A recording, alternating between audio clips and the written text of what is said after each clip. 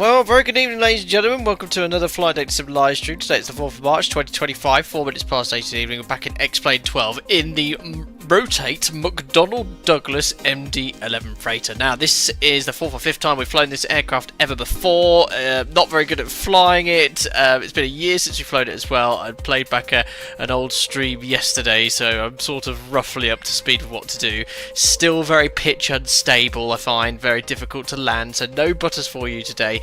But here we are, VATSIM event here in Switzerland, Zurich. It's incredibly busy. There's about 8 aircraft at the whole point. Goodness knows what's going to happen when we try and get out of here. But we're flying to Albania for the first ever time, to the capital, Tirana. I was looking at the destinations we've been to since I started streaming all those years ago, and I said, look, we've never been to Albania. So we're doing a night cargo flight, around an hour and 35 minutes. And I'm doing it this time because I'm going on to LATI at my operator this week, so it's a really good way of adjusting my body clock as well. Who have we got here in chat? We've got Alex Patterson. I hope you're doing well. Don't worry, we weren't holding our breath for butter. Yeah, my butter I've been doing really badly recently, haven't I, with the butters? Oh dear, hope you're doing well. Henrik Whitbud, good evening, Captain. Nice to see you flying the MD11 again. Absolutely. Plenty of stabilised emotions in chat today, please. Fly Warner, Sasha, good day to you. Flyjet, butter this, we'll see what we could do. Simbear, yeah, excuses early, absolutely. You get the gist now, you've been here a while to understand, to get the excuses in nice and early. Donna O'Cena's here, hope you're doing well. Greg Scott, Natchop, will be using your soothing voice as my lullaby to sleep. Oh, I'll try my best for you, Natchop. I'll try and avoid excessive sounds from my soundboard then. What are we transporting today? Goodness knows, you guys have better imagination for me. You can think of something. What's a typical Swiss export? I don't know. Skis? Good evening, cargo guys / puppies. Ian McNally, having store, good day to you. 2 tons is here as well. Tom Regan and Tom Rizka. You found out where the wave emoji was. Excellent. Very good to you, sir. Oh no, who was it that couldn't find out how to wave? I don't know. I was watching that with great amusement in chat. Slush Puppy says cheese. Brilliant. We'll have cheese it is. Then chocolate clocks. Very good. Yes, of course. They're typical Swiss exports. Anyway, let's zoom on in towards the aircraft here. You can see how busy it is. There's I think that's a KLM. Yeah, KLM wide body taxiing out here. I found one wide body jet apron available on the end of this terminal. There's not many cargo stands here in Zurich. I think Swiss, the main airline here, operates cargoes on their passenger aircraft. But look at the terminal over here. Look, every stand is occupied with all the European commuter jets. But here we are. Here's the MD11 freighter. Just stock X-Plane 12 scenery here as well. But you can see here with the floodlight, the illumination of the aircraft. Nice add on this. I think it's a little overpriced. You don't get the modelling like you do with the Flight Factor 777, and the default sounds are, well, excuse my French, they're trash. So get yourself a sound pack. I've got the FT Sim sound pack, which is really nice. I think these are General Electric engines. Correct me if I'm wrong, but yeah, looking good. And yes, X-Plane 12, that's nice. Yes, Flyjet, that's what we're saying. At night, the lighting at night is fantastic in this sim. Looks really, really good.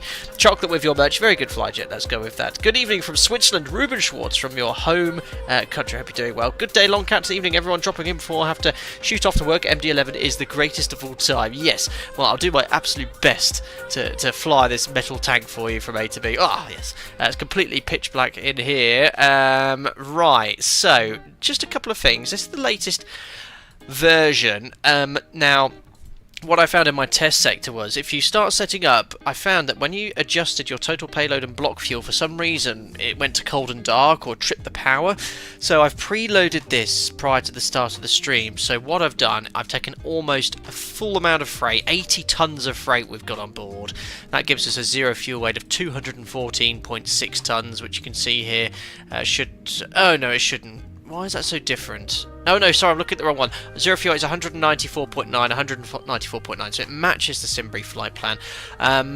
Weather's lovely here in Zurich and also in Tirana, our destination. So we'll take standard block fuel minus the fact that I need additional taxi fuel. I've only got 15 minutes, but it's so busy here. I've actually taken 21 tons. I've just rounded this up to another rounded up to a ton. So it gives us an extra 600 kilos, which I'll probably use taxiing out here in Zurich because it's so busy. So that's all preloaded, and I've already applied that load to the aircraft and FMS. So I'll just tap it one more time. There we are. So we shouldn't need to touch this again for the rest of the sector. I've got doors open ready to load the cargo. It's a very simple loading system. Obviously missed GSX integration in X-Plane, but I've got the ground power connected. If I press load aircraft, it'll load, and what it does, it gives you a little animation of a cargo loader coming out of the terminal. There we are, and it'll load some crates in for you. So yeah, we might as well have that doing its thing. Anyway, let's get some electrical power connected to this aircraft. I'll need my little aviation flashlight here. So if I just go here to where is it? Well, I've got night vision goggles, aviation flashlight, my red light. So go here onto the overhead panel, we'll get it all powered up. Where is the battery? Here, so I'll just turn this off for a second. So battery on, and external power. Autopilot. Connect. Straight away comes to life. There we are. So I'll put the dome light on, thunderstorm light on. We'll just turn up all the lighting panels here, so I can get rid of my red aviation flashlight. There we are. It's lovely. It's X-plane. Don't expect the same textures as you would with aircraft in Microsoft Flight Simulator, but it does look very nice. The 3D modelling for an X-plane 12 aircraft. So let's turn off my aviation flashlight. And I've got the X checklist up and running to check the configuration. So just make sure I close the guard on the battery switch. There we are. So engine AP fire test. There's the cargo fire test being completed automatically. There you go. Engine AP fire test is complete. Oh my goodness me, it goes on and on and on if you hold that down. Let's start the APU. So to start that, you just press AP power here, and you get this blinking available light, which means the APU is powering up. Flyjet X-plane is clean, no bugs, no bad physics, not like Crash Simulator 2024. Yes, that sim needs a lot of work, but I do prefer how aircraft handle in this sim. Feels a lot more realistic. Hold on, why is one of the IRSs set to nav? I must have knocked that already. I'll put them all to nav. There we go. So APU start, power's done. We'll let the APU power up. Once the APU is powered up, we'll put the APU air on, which is down here, but we'll wait until the APU started. In fact, if you listen out here, you can hear it powering up. There we are. Looks like the cargo is almost finished loading. There we are. The cargo door's closing. That was very quick. Still booting up. Why is that blinking? I'm concerned. Oh, they're all just about to start. They just started blinking, and I've just turned them all off. Right. Let's try again. 1, 2, 3. Shouldn't take too long. I think I knocked that accidentally. Right. APU power. Come on. Still booting up here. Still, it takes ages to spool up there. Sultan says the sad part is that 2024 was a massive improvement in VR performance for me on the 4080 Super Quest headset, except it's booty in every other regard. Site. Well, let's see what happens. Hopefully we'll get some improvements in time. Right, APU power's on. Let's put the APU bleed on, which is here. So it's very Airbusy. It does lots of these things automatically, so you'll see the pack lights extinguish as the air conditioned air comes on. Look, it's opening and closing valves. There we are, pack flow, great. So that's all done. Engine and AP fire test we've completed already. Trim air lights, extinguish annunciator light test, which is over here.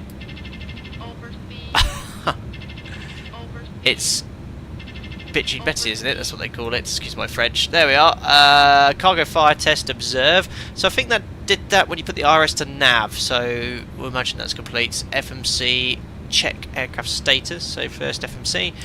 Latest AirX installed. Expires in March 20th. So that's good. We'll align the RS. Init flight plan, so I've got a saved flight plan from SimBrief, so we'll just put the code in, Lima Sierra Zulu Hotel, then it's Tirana, which is Lima Alpha Tango India company route, that's in. Our alternate is Podgorica I think, which is Tango Golf Delta. How do I put the 4-letter ICAO in? Lima Yankee Papa Golf. That's in. Flight number, we're Alpaca 4 Mike Delta today. 4 Mike Delta. And we're cruising at flight level 370, which is here. So it's 370 with no step climbs. And the headwind component, it's going to be 192 so that is a headwind component. It's at HD009. Look at me, MD11ing. Oh. No, I think you need to put a slash. HD009. Yes. Costa next 97. There we are. So we filled in all the squares, and we can initialise IRS, which I think I might have had the high-speed alignment on. Cockpit is very 80s core, absolutely long cat, old school indeed. Could you explain cost index, please? As I've googled it and it still doesn't understand it. Sorry, a cost index. Oh dear, Alpaca Airways. Oh, cheerio. Bye-bye. Cost index is basically a complex mathematical formula.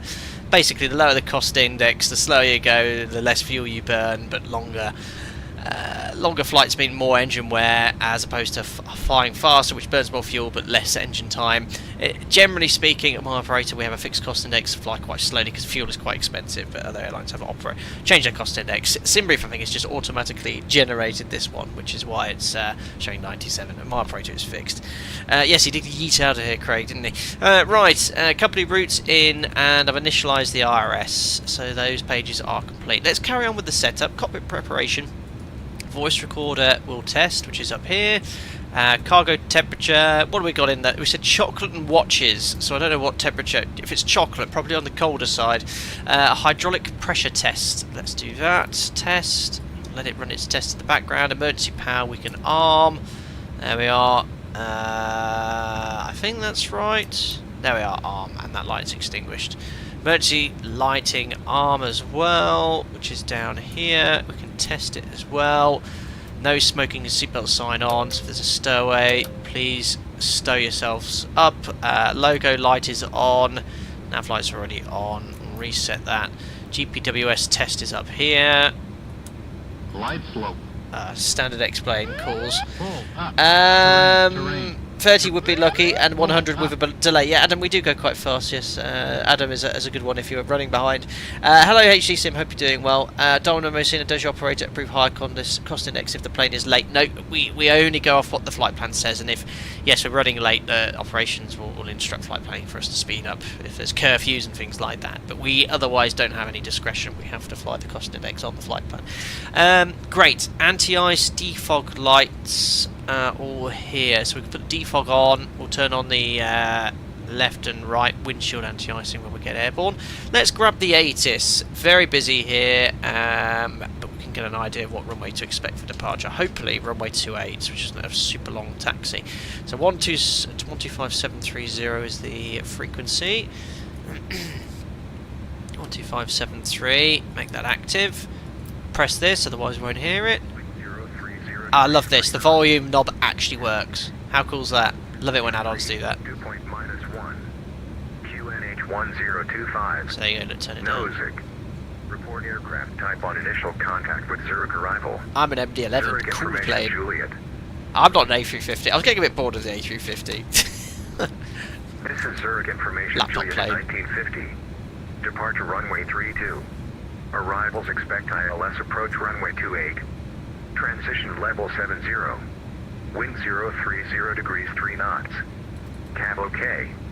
Temperature 3. Dew point -1. So runway 32 for departure. QNH1025. Zurich. Report aircraft type on initial contact with Zurich arrival. Zurich information, Juliet. It's lovely, lovely evening. Cav OK. So we can now expect, with information Juliet, departing runway 32, arrivals on 28, transition level 70, wind 0303, Cav OK 3 degrees, QNH 1025. So let's now set the QNH, which is 1025, and set the standby altimeter, which is down here. Well, it's really sensitive, 1025, slave this. I've got a 3-minute video of you praising A350. I don't know, you must have been editing and watching a different stream, and I've not seen that video at all. No. QNH is set, Barrow as well, minimums control to RA. So runway 32, they've changed that because it was 28 when I started the stream. So we're, excuse me, super busy here. We're here.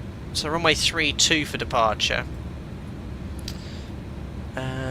Okay, still quite. Oh, it's even shorter taxi. Oh, I can quit my moaning. So hopefully push back face south, Juliet Hotel, and then runway 32. Perfect. So super short taxi for us. Traffic data waypoints we'll have here. Where's it? Where's all the buttons here? So traffic for TCAS. I'm just going to get rid of this giant control column. We'll have airports and zoom in there. Now they've got this terrain. If I push this, yeah, this is one of the updates. So they've got the terrain in, display now on the ND, which is pretty cool. Donomo saying that they changed it for you because they knew you'd get lost whilst taxiing. No expansion on that comment.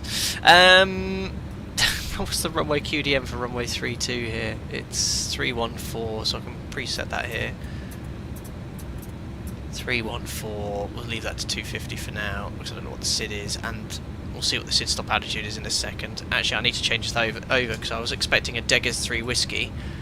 It's now runway 32. Oh, what Deggers will it be? Deggers. Oh my goodness me, how many SIDs do you want, Zurich, called Deggers? Runway 16, runway 28, runway 28, runway 28, runway 16. It's greedy. What runway is that? That might be the one. Yeah, Deggers 1 Papa. Or 4 November. Or a 5 Lima. Or a 1 Juliet. I better get the clearance, guys. Or a 4 Hotel. Or a 5 Foxtrot. They're all off runway 32. Great. Right, I think we'll just get the clearance now, just work out what's going on. How many Deggers SIDs do you want off one runway? Must be noise and all those sort of things. Right, deliveries online 12193. 12193, transfer. Clearance delivery, Vision Jet 650 Mike Juliet. Requesting to pick up IFR clearance. All the SIDs. To Echo, Delta, and then What's that? 650 Mike Juliet, Zurich delivery, good evening. Yep, you've been number 6 for clearance. Your flight plan is not valid. Could you make sure that you file... Number 6, I'm going to get in the queue. It'll probably be a route via Deggers. It'll have to be a route via Deggers, but it has to be a valid one. So if you can check your sim brief, that'd be much appreciated. Okay, I'll redo that. 650 Mike Juliet. I'll get in the back of this queue. Swiss 330 delivery. Swiss City 0 with you. Swiss 330, thanks for your patience. Contact now April 121.755. Bonjour, I know, number 6 for clearance, I know. 121755. I better just get in the queue. Thank you, have a good night.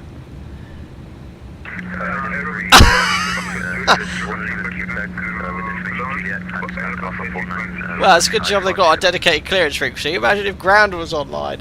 Right, I'm just going to turn the volume down and imagine nothing's going on, and we'll continue with the setup. Oxygen checked.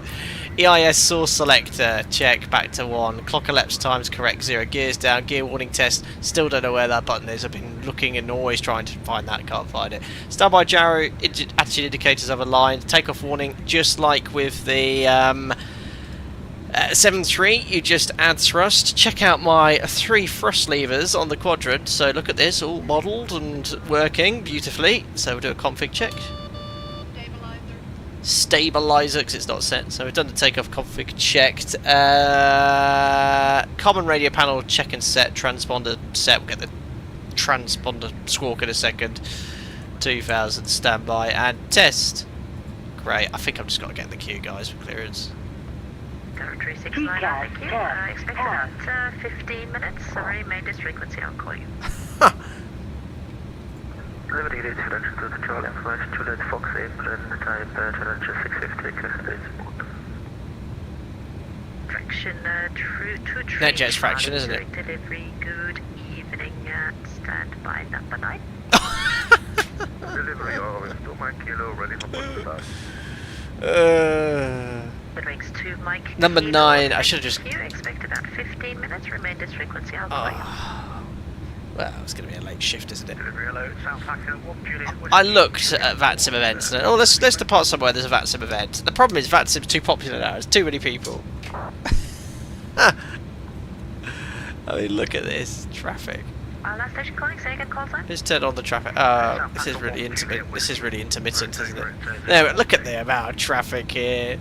Alpaca 1 Juliet Whiskey Sir, delivery, good evening. I don't seem to have a flight plan. I have a flight plan for Alpaca 4 Mike Delta. Do you want to check that? That was someone else. Standby, you should be receiving it now. Hang on.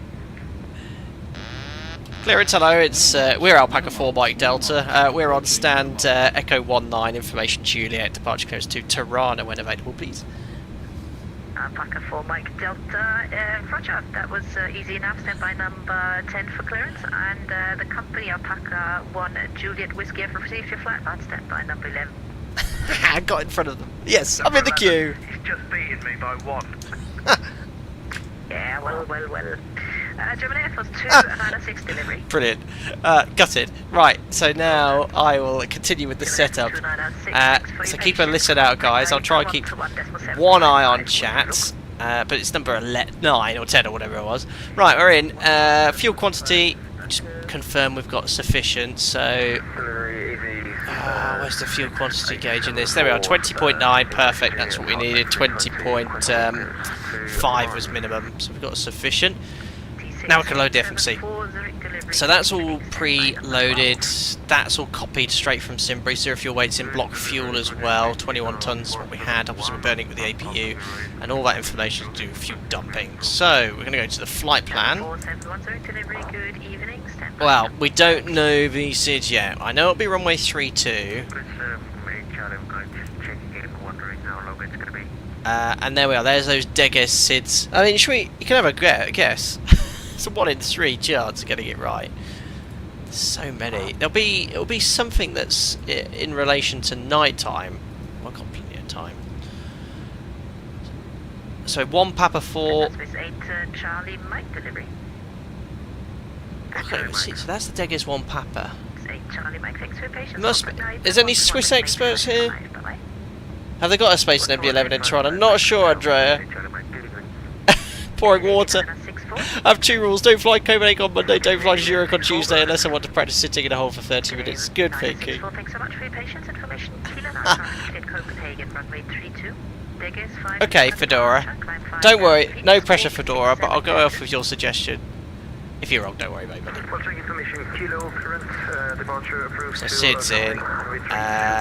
Tirana. We can expect straight in today. So start. So you got. It's I, isn't it? I for ILS. And it will be for us a DTAM. Petac 3 Mike. 10 to 15 minutes remain this frequency. I'll call you. Insert. There we are, so you can see VNAV's doing all its calculations. Oh my goodness! Ian McNally, did you work out how to send a wave? Thank you very much, very kind. 5 gifted members coming in. Oh, hold on, my chat's frozen. I can't read even who's coming in. Oh, guys, hold on. I've lost you all. Just refreshing my screen. I can't even see, my chat's frozen on my laptop, so I've just refreshed it. There we are. So Ian McNally, 5 gifted members, thank you very much. Bon Choi, John Boy Strong, Stephen Culver, Garrett Baxter and Tim T. You are all gifted members, thank you very much for your very generous gesture, Ian, and for your support as a member, buddy. Thank you. Too much pressure to your 38 to give him a pleasant rest. That's good. Loss of chat, outrageous, I know. Got you back now. Right, that's all in. Fuel, takeoff approach, so routing's good. Performance then. So, let's get all the information in. Temperature, from the 80+3. Got to put a C for Celsius. Slope, oh. What was the wind? Just get some brief. Singapore, you've got a long night ahead.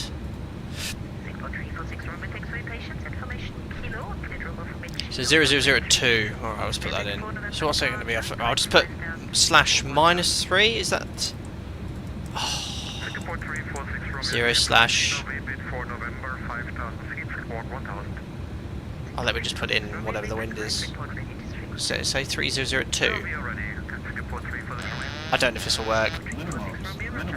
Oh.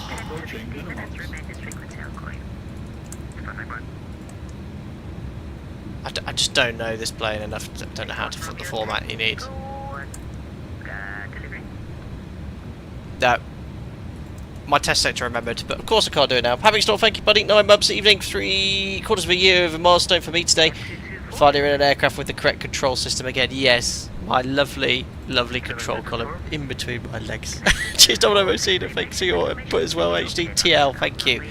So, yeah, okay. So I put 0.0 slash. I'll just put head 0.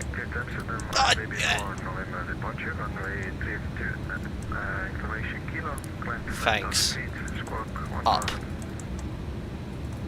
I think it's flat in the sim. Oops. Huh.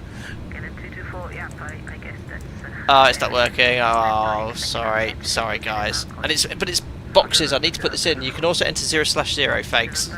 So I'm going to get the performance anyway. Brilliant. Thank you, Mauritius Veen. I think this. I don't know why. 'Cause the calculation comes from SimBrief. So we've got it all in here. Full flex. All the weights in and calculate. Oh, actually, we're going to be a little bit heavier, aren't we? Because of the weight we took here. I know you can't see that. So 214.6. Our actual weight is.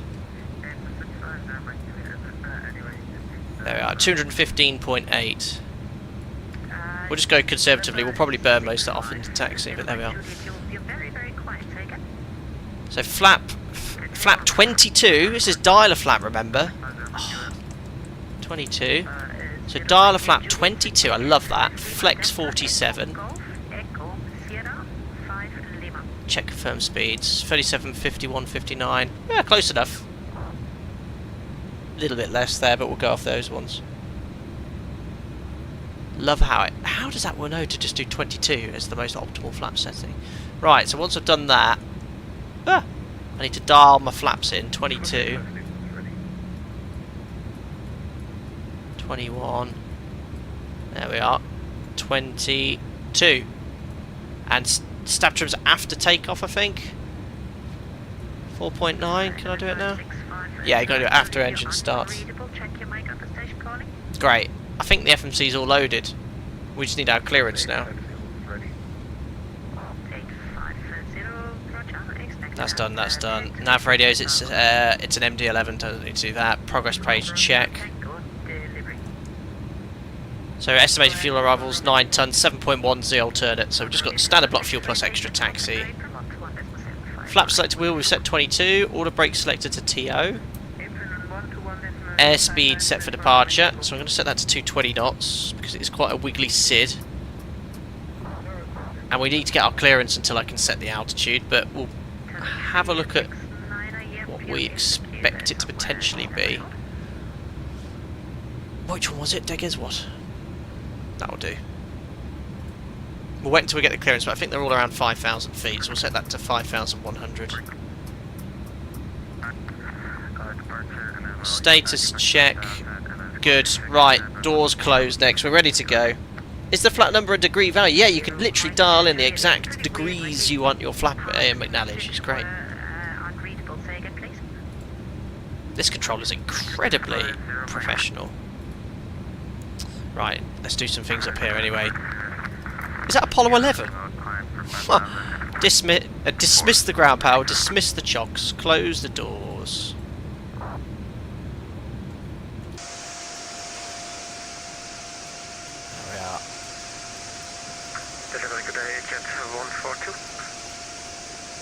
And we'll get better pushback and connected so we can get out of here as soon as we get our clearance.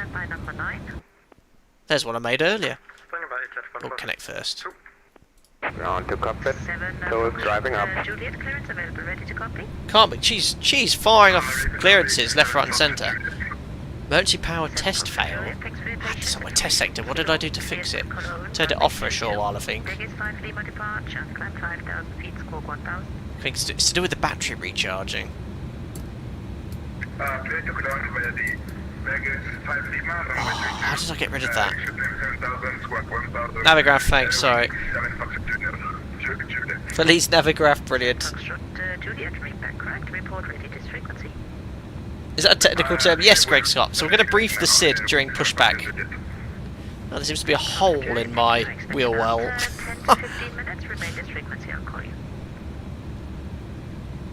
5 Victor Okay, Zulu. all doors and hatches are closed. Ready to connect. Perfect.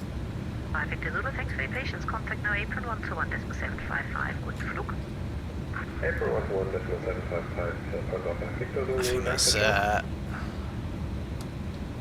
apron control for pushback. James, was that you getting your clearance?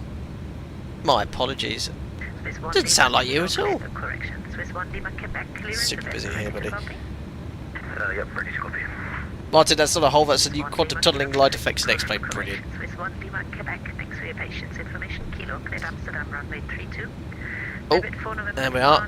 Oh, better just get rid of the bridge that we boarded through. There didn't seem to be a dedicated cargo apron in Zurich. Cleared to Amsterdam runway 32, Verbage 4 November departure, initial climb 5000 and squawk 1000, Swiss 1 Lima Quebec. Oh, I can't remember how to fly this thing. The autopilot is so different to anything else. So unique. Roger, we are ready right now. Swiss 1 Lima Quebec, thank you. Expect about 15 minutes. Remain this frequency, I'll call you. Oh, Roger, thank you. so they just got their clearance, 0 Mike. and then they've got to wait another 15 minutes. Uh-oh. Skips, or Skilp says, I got into flight sim from your videos and others this year. I've started my PPL, but recently I'm unlikely to get a class of medical, so continuing to an ATPL is now off the table. Skips, I'm very sorry to hear that. Have you actually gone to go get your class 1? But obviously I don't know what that situation is. Really, I hope it's not what you think it is, but regardless of what happens, you know, continuing to enjoy flight simming. I've got a lot of subscribers and members who for whatever reason can't follow their flying career, and they enjoy flight simulation. But good luck with your PPL, buddy. Enjoy. You're not readable. Can you check your connection, please? Yeah, Martin, I couldn't find any cargo apron in Zurich. There was this little bit here. There's freight and these 3 tiny little stands. But I couldn't fit the MD11 on here because the on the stands and explain the tail was sticking out on the main taxiway. Otherwise, that's it. This is all maintenance. There's an apron over here, and I'll let on Wikipedia that Swiss Airlines is the main operator, but they mix with their passenger aircraft, so they just put all the stuff in the cargo hold. So I think it's quite a small airport for cargo operations. Go ahead. As Ruben Schwartz is expanding, as he is from Switzerland. Cargo ups are quite rare in Zurich, actually. Basel and Geneva get way more cargo traffic. There you go.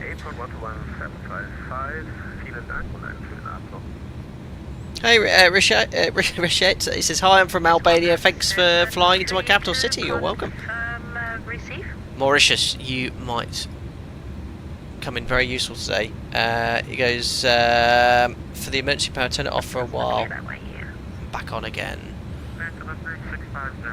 Yeah, and it's something to that battery discharge. I remember vaguely. Oh, got more gifted members coming in. My goodness. I am just going to turn that off for a second because I'm listening out for my clearance. But thank you very much, Matthew Newey, for 5 donations as well. 5 gifted members as well. Very kind. We've got Reshit from Albania joining as a member now. Fedora, Josh Adams, Cam MD80, who used to be a member, I believe, and Vaughan Williams. Welcome on board, guys. Very generous of you, Matthew Newey. Thank you very much, buddy. Navigraph, sir. Yes, sorry.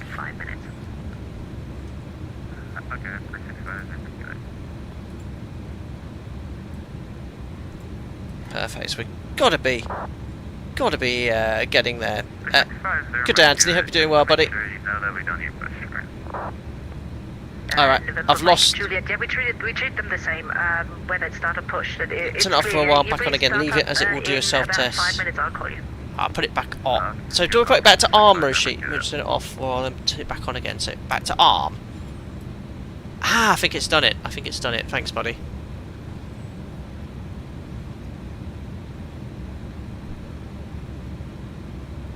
Cheers, Mauritius. That's very useful.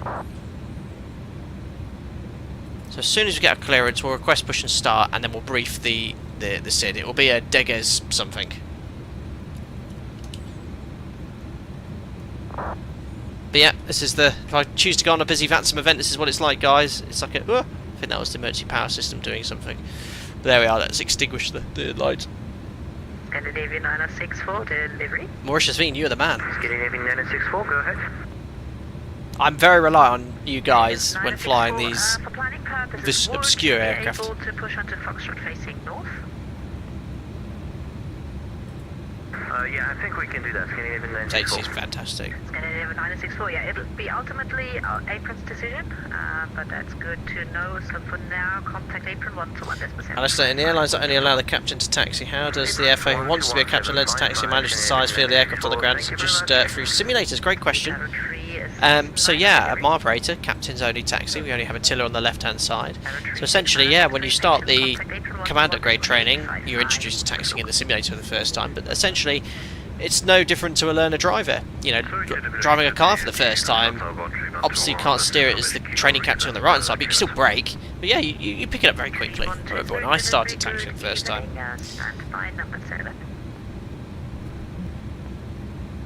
To treat Charlie, clearance available, ready to copy. Perfect. Right, I've unmuted the alerts, but I did just see H4B1TZ rejoining as a member. Hope you're doing well. Thank you indeed for coming back in. Thank you.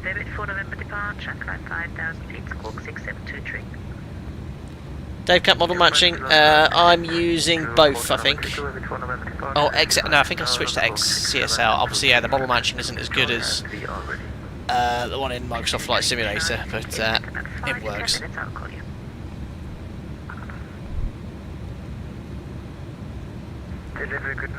We must be getting down that list now. God, look at the M1 for departure, 102.4. Geneva, that's a short flight. Thanks, Donald, AIG, and thanks for all your help when it comes to me installing it. Telling me what I need to do, download and put these files in. Thank you. What's that for me? Tanker 1 Juliet Whiskey, clearance available. Damn it. Damn it! Yes, I'll take that clearance before him. Tanker 1 Juliet Whiskey, I was going to say, you kind of snatched that payment. Unbelievable. Information Kilo, cleared Tirana, runway 32. Degas 5 Lima departure, climb 5,000 feet, squawk 670. No words. No words. Unit code 32, clarity 5,000 feet. James. Squawk 6. James. 754, Alpaca 1 Juliet Whiskey. Alpaca 1 Juliet Whiskey, can you confirm the Degas 5 Lima, please? Degas 5 Lima. That's really bad correct, James. Alpaca 1 Juliet Whiskey, read back correct, report ready. I did. And we are ready. Alpaca 1 Juliet Whiskey, thank you. I expect about 15 minutes, really just frequency I'll call you. We'll be chatting for a while, guys. 1 Juliet Whiskey. Ready to copy Alpaca 4 Mike Delta. Alpaca 4 Mike Delta, Roger, thanks so much for your patience. Information Kilo, clear Tirana, runway 32. Degas 5 Lima departure, climb 5,000 feet, squawk 6725. Cleared to Tirana, runway 32, Degas 5 Lima to altitude 5,000 feet, squawk 6725, Alpaca 4 Mike Delta, and we are fully ready. Alpaca 4 Mike Delta, read back correct, Roger. Expect about 15 minutes, remain this frequency, I'll call you. We'll go Alpaca 4 Mike Delta. That's a bit louder, guys. Yeah, turning up now. How's that, Eric? Better? Yes, professional streamer here. Is that better? That sounds very loud for me. But if it's okay for you guys, I'll deal with that. But that's very loud now for me, Vatsum. Chicago pilot, how does your X-plane look so sharp? Don't know. Just does. Very pleased with how it looks. 1-1855, Singapore 346. Dave, oh, I'm loud. How's that?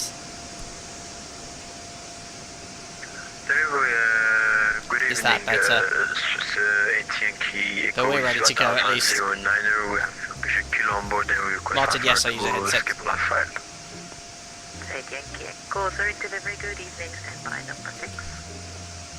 Perfect.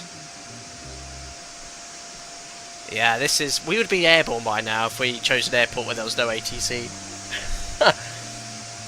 Plane spotter, Pratt & Whitney or General Electric? Don't know. What's that one?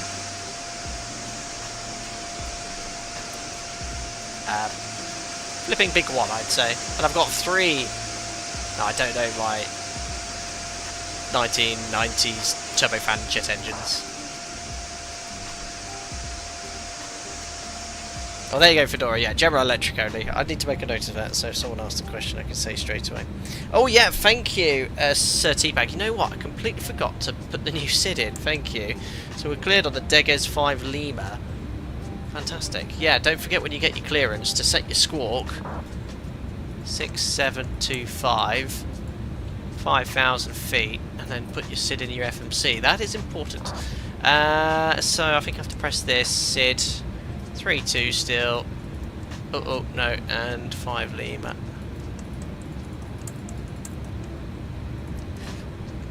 Insert. Not allowed. Better make sure this has gone in correctly, guys. Right, let's go to the front. Okay, so cleared on the Deges 5 Lima. So I need to go here. 5 Lima. Pin. Get rid of this one. Unpin. I don't think you can unpin that one though, because unfortunately it's on the flight plan. There we are. That's the SID. So straight ahead, Zulu Hotel 580. That's coded. 569 left turn. 568 left turn. Max 210 knots. Okay, so let's bug 210. You don't set. You don't set V2 on this. Unlike the 73. So I put 210. And then it's eastbound over the airfield, Zulu Hotel 501, Mommel, Collel, 504, 525, Deges. And then from Deges, hopefully direct to Dorap. Yep, so just get rid of discontinuity. Boom, done. And it's non-nav SID, no frequencies to tune. 7-4, read that correct. I assume you're ready, so it'll be 10 to 15 minutes. Remain this frequency, I'll call you. Can we watch some planes take off whilst we wait? Sure can. Yeah, sure, Gibbs, let's have a look. Ah, that's why I'm having to wait. There's the arrivals. 1, 2, 3 on final. Can we get an estimation for the currents? We've got NetJets, we've got A350s, we've got Airbuses. Where's the Boeings? Another A350. Stations, the current wait from calling ready to push is between 15 and 20 minutes. So please do not call in to ask which position you are in the queue. It kind of takes my eyes off what I have to do, and it makes everything just take much longer, so it's much appreciated. Thank you very much. Title 4. Fair enough. That's really cool. So there's the X-plane ground traffic.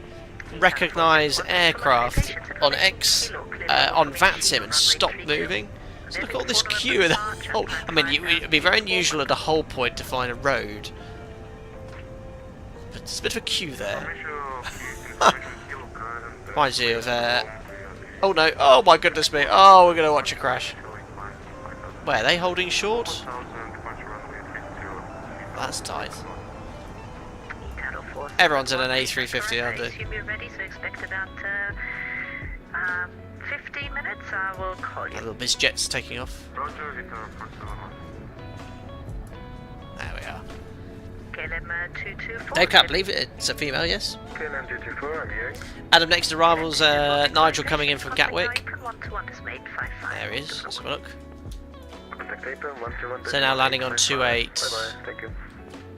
Etihad 142 delivery. That's the only thing I don't like in X-plane, these washed out lights. Etihad 142, thanks so much for your patience. Information kilo. Cleared to No mod for the traffic noon, this is VATSIM. Deges 5 Lima departure, climb 5,000 feet. This is stock scenery in X-plane. Stock scenery is excellent. Information kilo, cleared Abu Dhabi, Deges 5 Lima departure, Abu Dhabi. initial climb 5,000, squawk 6761, and we are for the way. So is that Nigel? That doesn't look like Nigel. Correct. Can't even see what that looks like. Finnair. Oh, he's floating that out. He's really floating that out. Oh my days. Oh, what was that? Landed halfway down the runway. Brake. Thanks for your patience. Contact now from 121 decimal 855. No light mods installed. Nope. 121 decimal 855 for you. Oh, Finnair is all over the show. But they will stop, I think, a good time. 312 delivery. Oh yeah, look at that. So the A350's lined up. I don't think that's Alpaca. It might be just an issue with the model matching. Information kilo. Unfortunately, the sounds of other aircraft is not very good. Departure, climb 5,000 feet, score 1,000. Yeah, the stock landing light effect is terrible. Yeah, it's like a flat texture, isn't it? Just put it in front of the landing light, unfortunately. Ah, look at all the ground traffic moving around. 1312, feedback correct. I assume you're ready. I'll call you in about 10 to 15 minutes. Remain this frequency. Thank you, Lufthansa 22. Yeah, it did do a bit of a Scandi flick. It did November, put a lot of rudder in. delivery.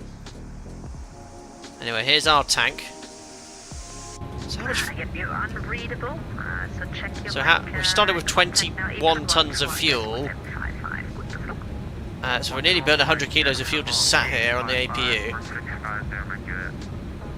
Number 6, Mike Juliet negative. It's South April 121.755. 121.755. 650 Mike Juliet. Damn, I've seen. I've just read your people in Abu Dhabi. Oh, is that to do with the Yabba Dabba Doo? Oh, you've lost me. Mauritius, are you sure you don't have a light body sort of? Quite pretty sure. Would that be a script? I don't know. These are all the things we're running. I'm pretty sure it's just stock X-Plane 12.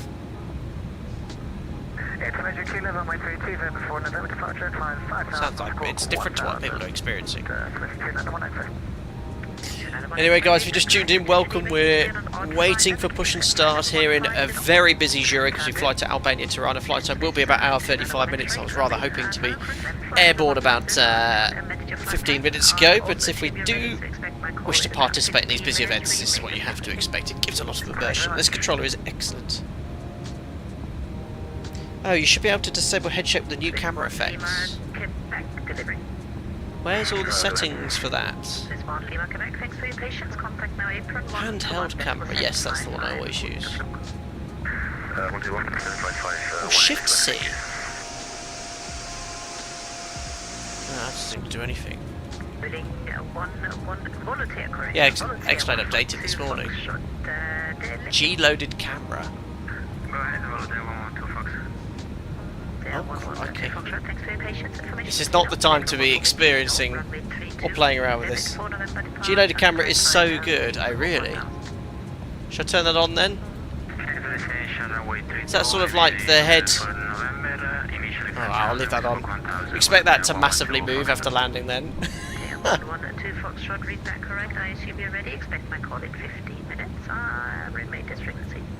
So because of this aircraft and the fact we've got a 210 knot speed restriction, we might need to leave the slats extended for the first few turns.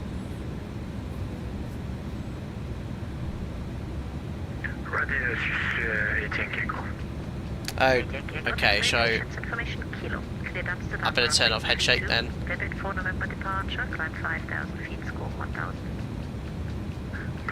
Do I have... Oh, where is head shake? Ah.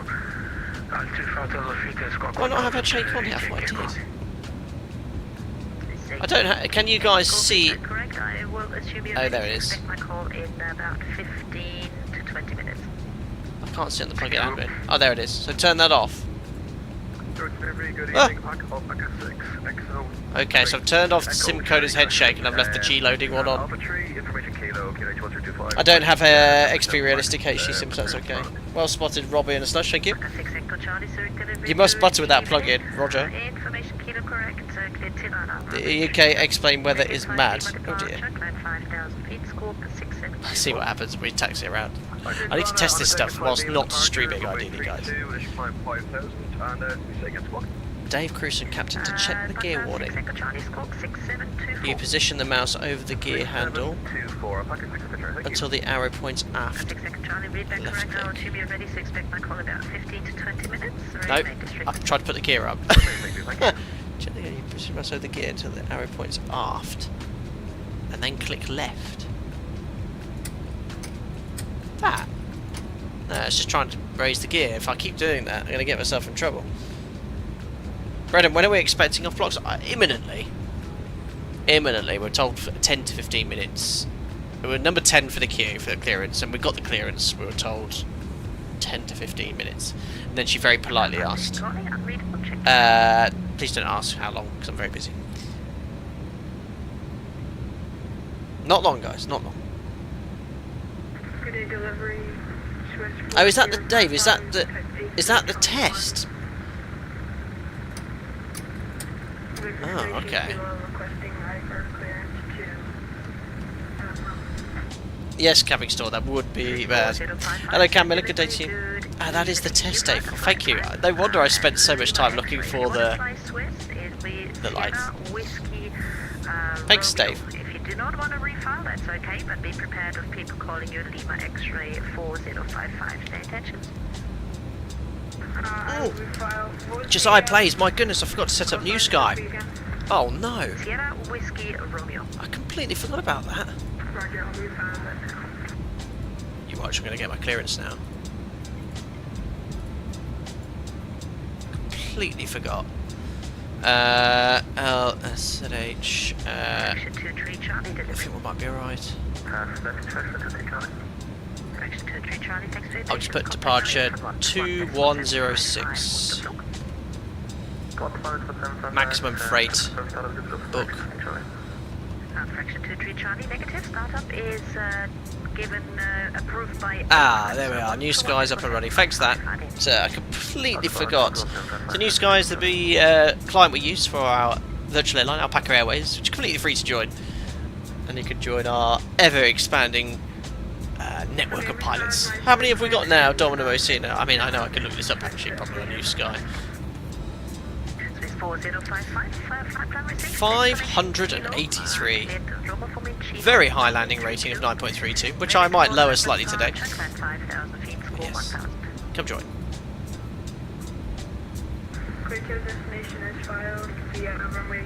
It's because I haven't flown Alpaca Airways the last few days with the release of the INI builds A350. We don't have Alpaca yet.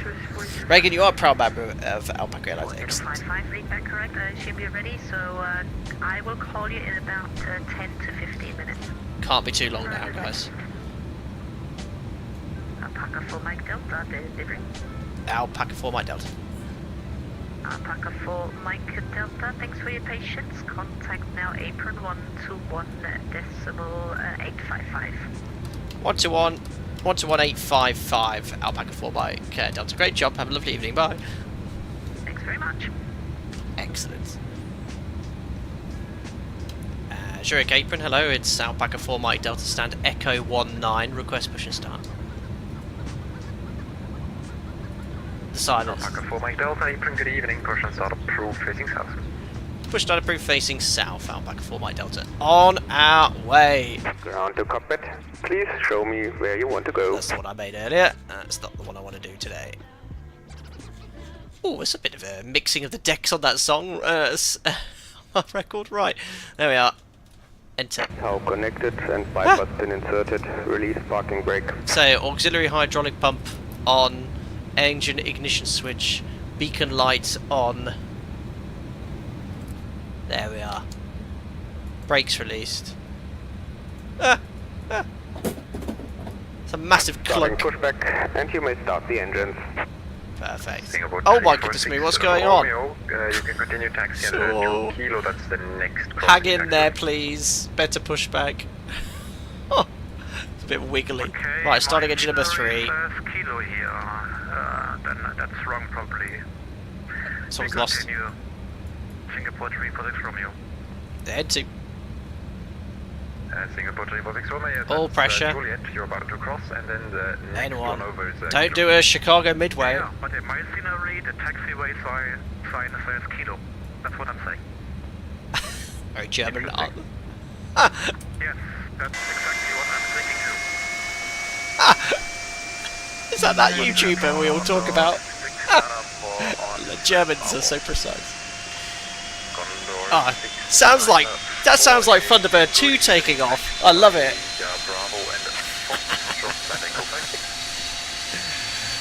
Amazing. Right, good start engine number 3, starting engine number 1. Oh gosh, hung in there, better push back please. Oh, it's shaking loads, I don't like it. Huh. There's 11 MD11s in the air right now according to flight radar, that's hardly any. Please don't tell me the next taxiway says Juliet. Oh, it says Kilo as well. It's getting better by the minute.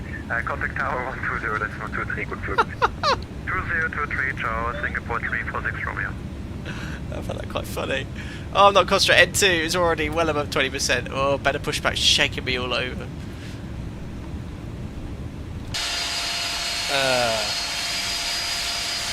Are these default sounds? No, this is the FT Sim sound pack. The default sounds of the Rotate MD11 are not very good.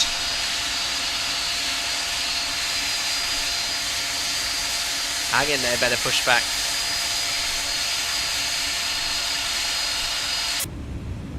Good, starting engine number 2. I think as soon as this light extinguishes... Oh, I know why it's shaking all over the place. It's this G-loading camera.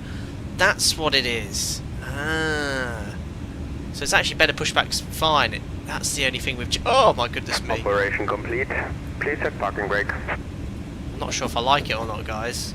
Disconnecting tow. Stand by. Wait until you get airborne, really? Is it that bad?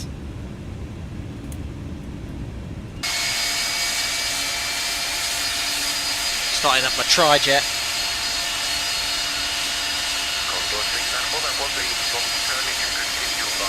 Maurice Shavine, I believe the FT Sim sounds aren't compatible with the GPWS and the current Rotate version as are built for the early version. Okay.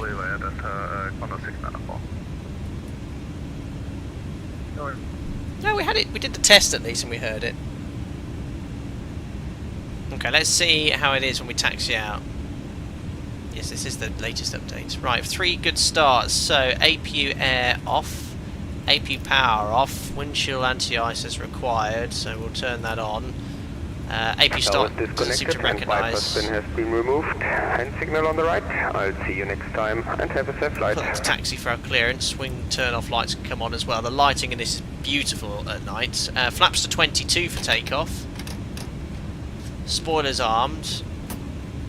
Stab trim set. So that was takeoff approach. Oh, didn't know there was a click spot there. 4.9. I don't think you get the stabilizer motion on the ground. 4.9 set. Flight controls. Forward. Back. Left. Right. Rudders. Right and left. Flight control check complete, and then the recall. Oh no, we're not on the 7.3. Nav button push apparently. Pushed. There we are. Checklist complete. Alpaca 4 Mike Delta request taxi. Alpaca 4 Mike Delta taxi via Juliet and Charlie. Hold short. Correction, Juliet Charlie 3. Hold short kilo. Juliet Charlie 3. Hold short kilo. Alpaca 4 Mike Delta. So it's 850. Juliet.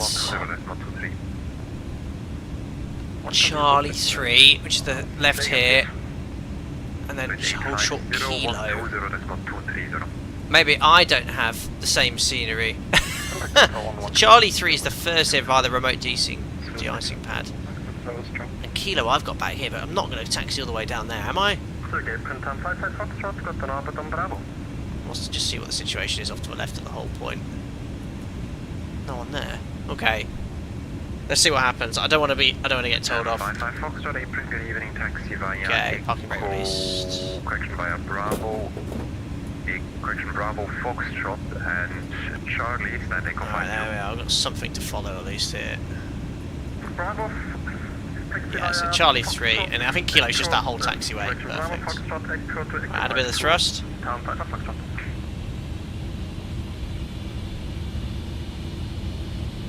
You can already on the profile mode. This will automatically set the climb thrust and VNAV at thrust. Thank you. These are the sort of tips I like to hear. Welcome. Profile armed, brilliant. Thank you, Mauritius V. That's really useful. Sounds like quite loud enough. What a tank.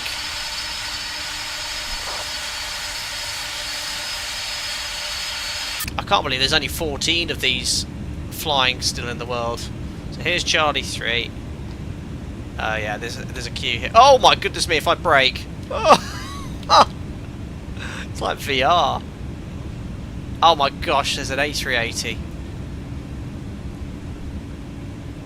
Yeah, I'm not sure if I'm a fan of that. What do you think, guys? Here I'm braking, look.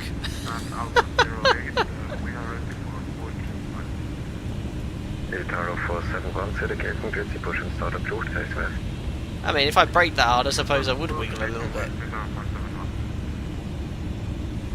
No, this is the freighter variant, guys.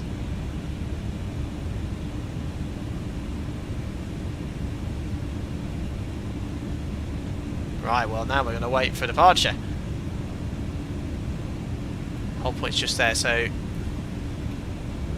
A380's next, so we'll probably be behind these two little jets. Right. Oh, I'm not... Yeah, time to get foot brakes on your rudder pedals, yes, because I have on or off. Parking brakes set. Right, TCAS, TARA, a bit early, you would only do this lining up, but we'll do it now. Air systems checked, and then landing lights on, and then we need that green box. But yeah, line up first. BP Morris, there's a lot more than that in service. Yeah, is it FedEx and UPS the largest operators still, aren't they? Yeah, he's definitely not letting me go. So config check, flaps, we've got 22. Oh no, actually flaps are at 21. I need to dial it a bit more. There flaps 22. And takeoff briefing, we're going to be flying the Deges 5 R nav SID, climbing straight ahead. Following the profile nav mode, climbing to 5,000 feet to reviews. And I've got a green box. Oh, the sounds of this are really good. And Alpaca 4 Mike Delta ready for departure in sequence. Alpaca 4 Mike Delta, contact tower 120.230, bye-bye. 120.230 Alpaca 4 Mike Delta, bye. I was told to hold short a kilo, but we'll contact tower anyway. And brake! It's very aggressive. But I am brake. I only have full brakes, so I should have got. Right, tower. Should I be with you with the lady?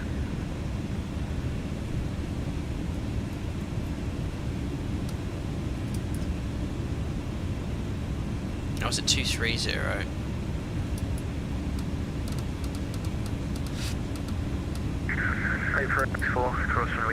Perfect. So where's your yoke, said Falcon. Yes, sorry, I got to clicked it off. Continue taxi on link control 32, Scandinavian 964.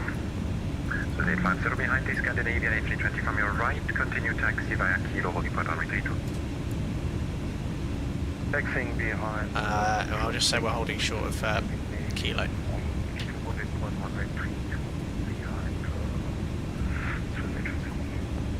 Swiss 100 Kilo, line up runway 32. Line up 32, Swiss 100 Kilo. So it's flexion 30 Charlie back, Scandinavian.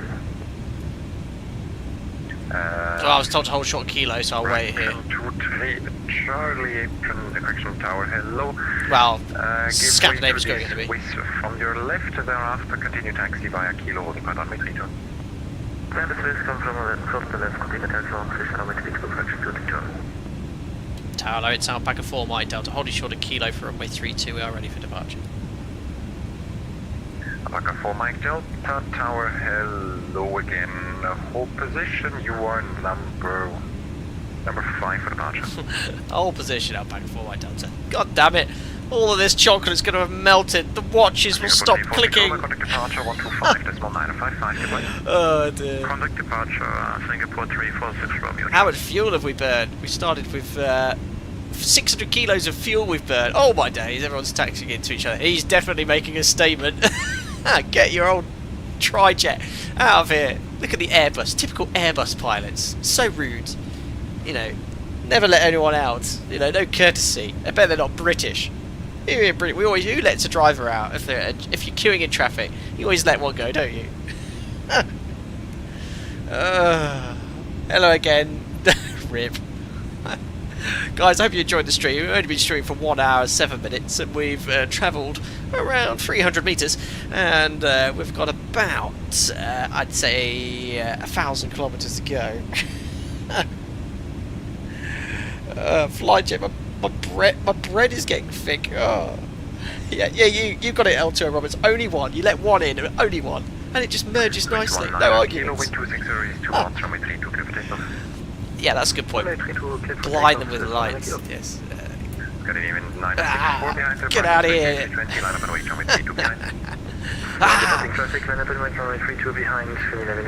Scandinavian and Swiss pilots are blinded. Airbuses are the Airbuses are the BMWs of the sky. I mean, look, he's not even indicating left.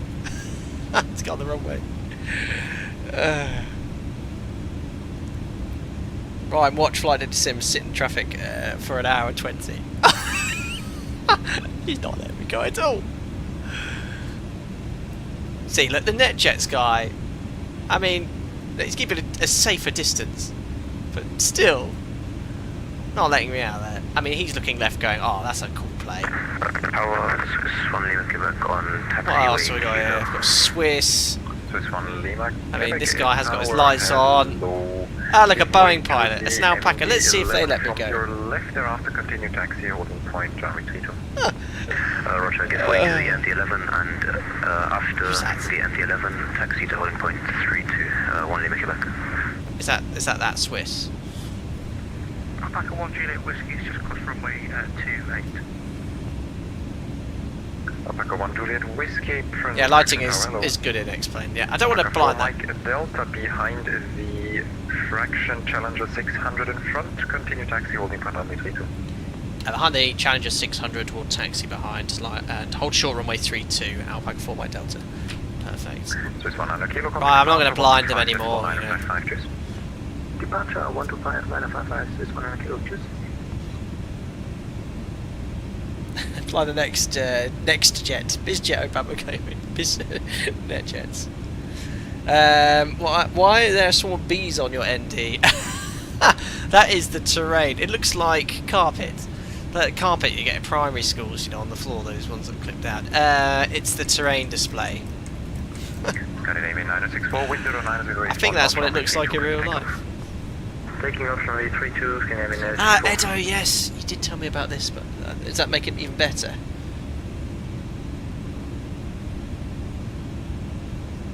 Oh, I feel like I've forgotten something. Where's my green box gone?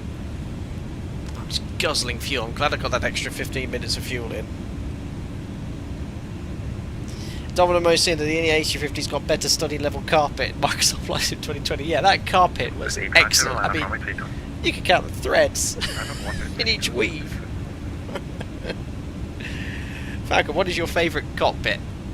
We laugh and joke, but the Airbus cockpit is probably the best office space. Genuinely. Right, we'll still got all the ground equipment taxiing. Who designed this? Is that their real life? Doubt it. Right, they're giving way. Barely.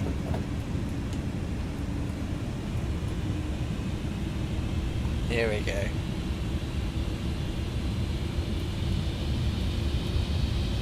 Where is that little NetJets? Oh, he's there. He's still holding short. But I'm making a point here. Right, watch my head doesn't smash into the windscreen here. Scandinavian 964, contact departure 125.955, good day. Ah! 125.955, Scandinavian 964, bye-bye. Indicate your turn, yes. Where's my ticker? Oops. Well, he definitely can't taxi past, not without having his left wing clip my windscreen. Get right up to his APU. Probably Challenger doesn't have an APU in it. Oh no, it does. I think that's the APU, isn't it? Or exhaust. Same day service to Tirana. Yeah, we're never late. On time departure every day. Almost. Right, what's SIDS this? A Deges 5 Lima. Just make sure I've got the SIDS up here. No, that's the wrong SID. This is 850, wind 090 degrees 1 knot, runway 32, clear for takeoff. That's the one. Yeah, this is where Microsoft Flight Simulator wins the textures here. I mean, it's alright, but Charlie behind the departing, so it's A320. what you saw with that A350, the charts. I might have to taxi through some ground equipment here, guys.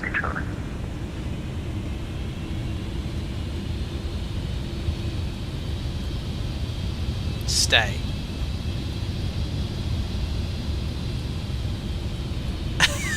What's all this ground equipment doing? Ah, this braking's tough. I can't really fully line up, not without having a runway excursion. On the taxiway, something like that. I'll leave it a little bit. Oh, crock. Yeah, I need to get some new rudder pedals with nice smooth braking action. Yeah, immersion. Oh, look, yeah, see. These ground crew don't mind me. I'm actually pretty pleased with that lineup and that angle. No, they have got jobs to do. So it's 850, contact departure 125.955, should I? What's that frequency? I might get a different one though. 125.955, well, it's 850, Joe. Oh, actually, I just realised I've got all these lights on. That's a bit better. Perfect. Austin food got high priority, I know. Stay across the picket line.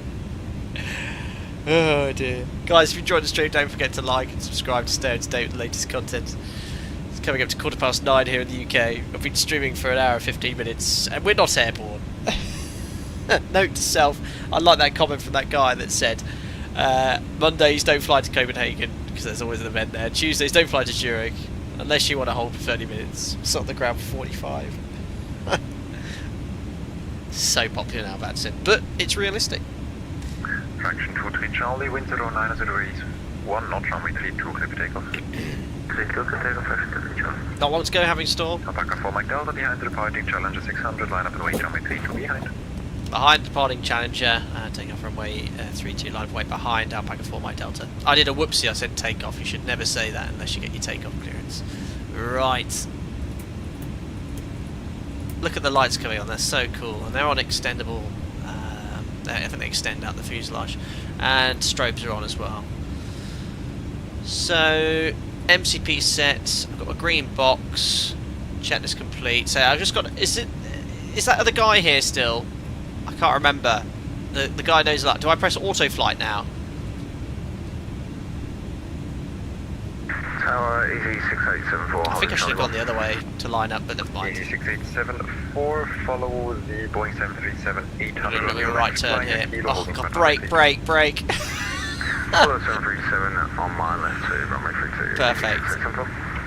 Auto flight. Oh, I'm so loving when you guys are here. 125.955, have a nice flight, bye-bye. I need to get some, right, that's a great excuse now to get some good rudder pedals instead of off on brakes on my trigger on my control column. Oh, I think I don't like it. There we go. We've stopped. Good news is time is automatic. Getting whiplash. Here we go. This is like look. This is my brake here. So if I press it, look, just have to hold it down. Yeah, simulating a typical UK road. Yes. Right, on the wheel brakes. Oh, I better put the weather radar on actually. Oh no, I've got to, whilst holding the brakes, go down here. System 1 up +5 and weather, perfect. Weather radar's on. Yes, it's not your brakes, it's G-load. Yes, every time I touch the brakes though, Dave gets so much G. 32 cleared takeoff, Alpaca 4 Mike Delta. Right, Toga's in chat, let's go to Tirana, 70% initially. Oh, it's taken over. Oh, we're off. Right, and he said look down here and make sure these match, otherwise the thrust will change when we get to throttle hold or whatever. Right, takeoff thrust indications doable.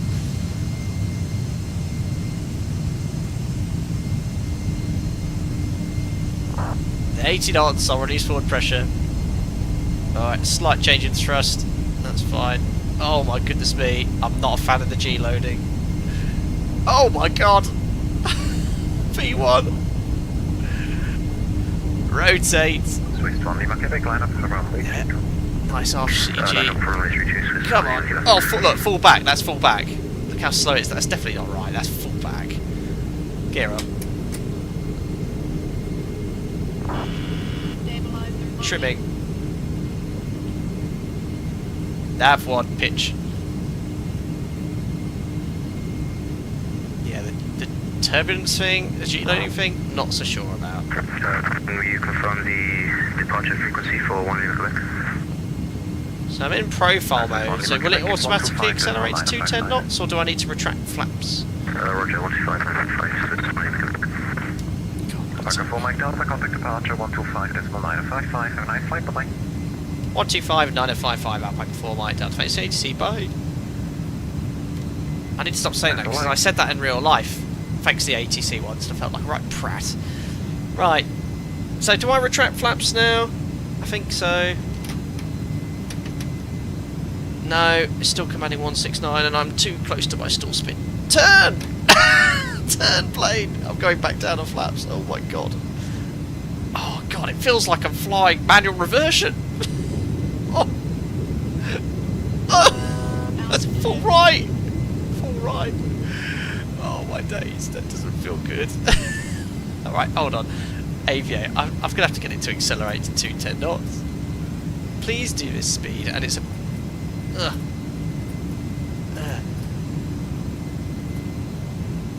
Ah, yeah, that's it. Accelerate. I thought it was meant to speed up for me, guys. Correct me if I'm wrong. Crikey, that was dodgy. Departures, hello, it's Alpaca 4 Mike Delta. Just approaching 5,000 feet on the Degas 5 Lima.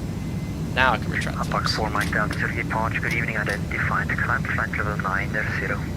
Climb flight level 9 Alpaca 4 Mike Delta. Right. Scott. Oh, crikey, it's so out of trim. Right. I'm descending. Not good. 9 Profile.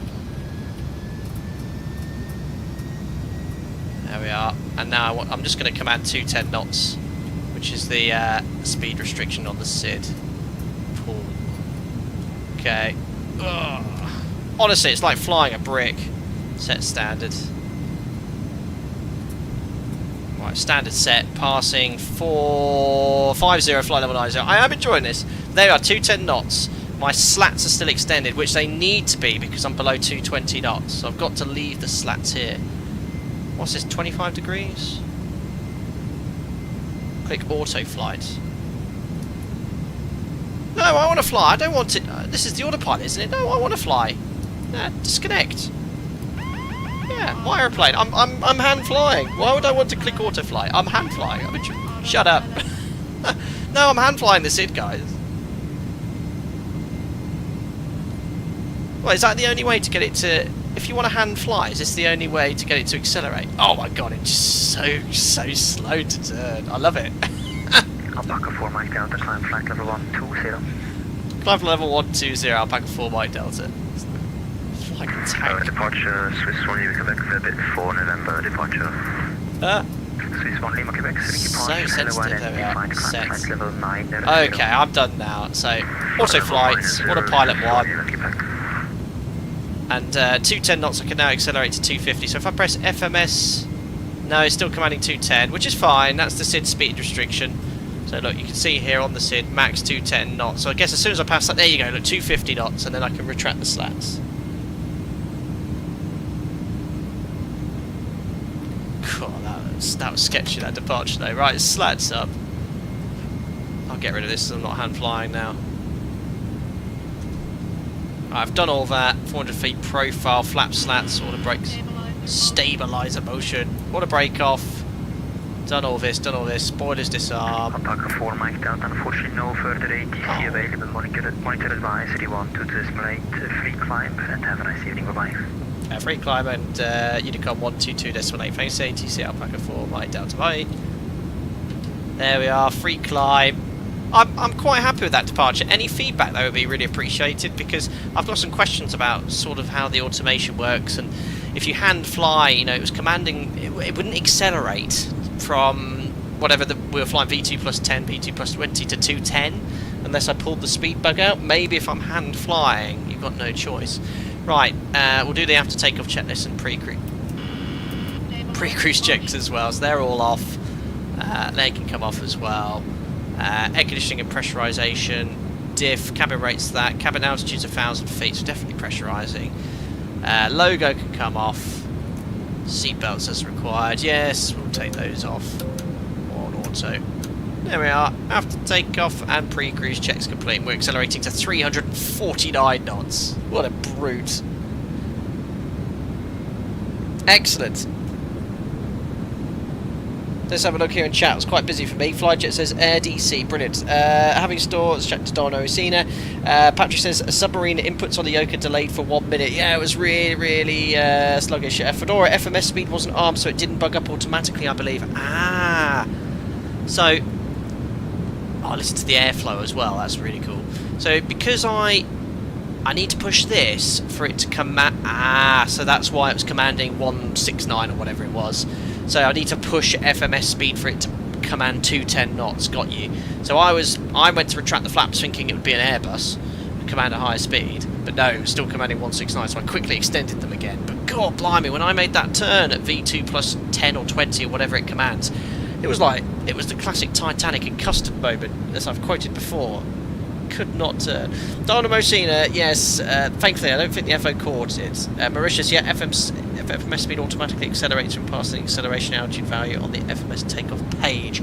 So I've just got to make sure on my next departure I push FMS speed. Can you do that before takeoff, or do you have to do it after? I think it's actually there, isn't it? You see it's not on this checklist to do that. Right, I must make a note.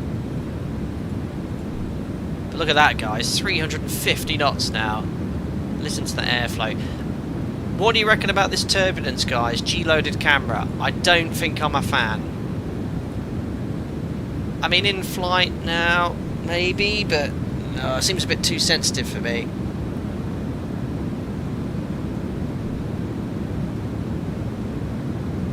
Flyjet Fly Concorde, yeah, we flew it not that long ago, about a month ago, but it is a channel favourite. I will be seeing it again in the next few months for sure. If you really want to see it, of course, guys, let me know.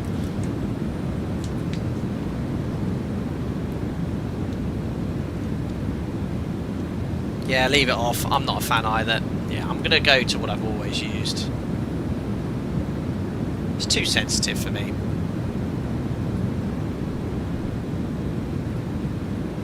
There we are. Perfect. Hi Cam, MD80, hope you're doing well. Mauritius, you don't need to push FMS speed after departure. Profile does that automatically. You were simply too low. Oh, so I needed to wait a bit longer. Yeah, well, it was commanding that speed for a long time. Whatever the speed was, 169. Got to the point where I was trying to fly NADP2, you see, so 1,000 feet above the ground, it should command you bug up, essentially. Accelerate the aircraft. Welcome. Good to know. Thanks for subscribing there. Recon Elite 01, thank you very much. Josh here had G-loaded camera when we were approaching Madagascar in those thunderstorms. Didn't realise you could turn it off. Could you see where you were going? Jordan, in real life, I'm pretty sure it's yeah, it was definitely NADP1 because we were well above 1,000 feet and it was still commanding the initial climb speed, so I was delaying the flap retraction. So the default value is 3,000 feet. Okay, so like NADP1 then. Interesting. Brickteller, would you say that flying the MD is closer to the Airbus or the 737? It's neither. It's something in between. It's like a hybrid. It's an Airbus come Boeing plane. Really, a lot of the systems is very Airbus automated. So you don't have to do much. The flying though is very, non-Airbus, let's say. So yeah, we'll have to just yeah, I'd say it flies like a Boeing, but systems like an Airbus. That's the best way of describing it. The Bobus. Magnus, any idea why pilots on approaching to Washington get multiple TARAs? Probably airspace congestion, but I doubt they get many RAs, Magnus. Welcome. That would be messy. Welcome, Charlie Xavier. Thank you very much for your subscription. Welcome aboard, buddy. ETA, for those of you who are wondering. I was hoping it would be 30 minutes ago, but it's not. We should be landing at 22:51. That's just an hour and... what's that? Hour and 22 minutes from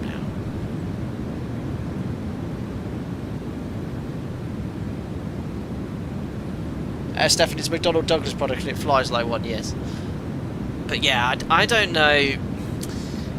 Well, I had to go full left and full right, and also I don't. If you play back the rotation, if I just go to the control column here, I've got really off CG, so it should be you know, more pitch sensitive. On the rotation rotated, and probably about 10 degrees. I went full back, full aft, and it still rotated incredibly slowly.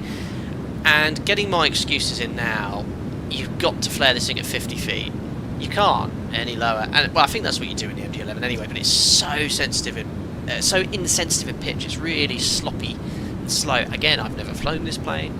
People seem to, some people think to seem that that's normal, but I don't know. Don't fly this plane, so I can't say for certain. LT Roberts, you're on early tomorrow. Thanks for stream catch. We'll catch up with the rest later. Good day, LT Roberts. Thanks for popping in.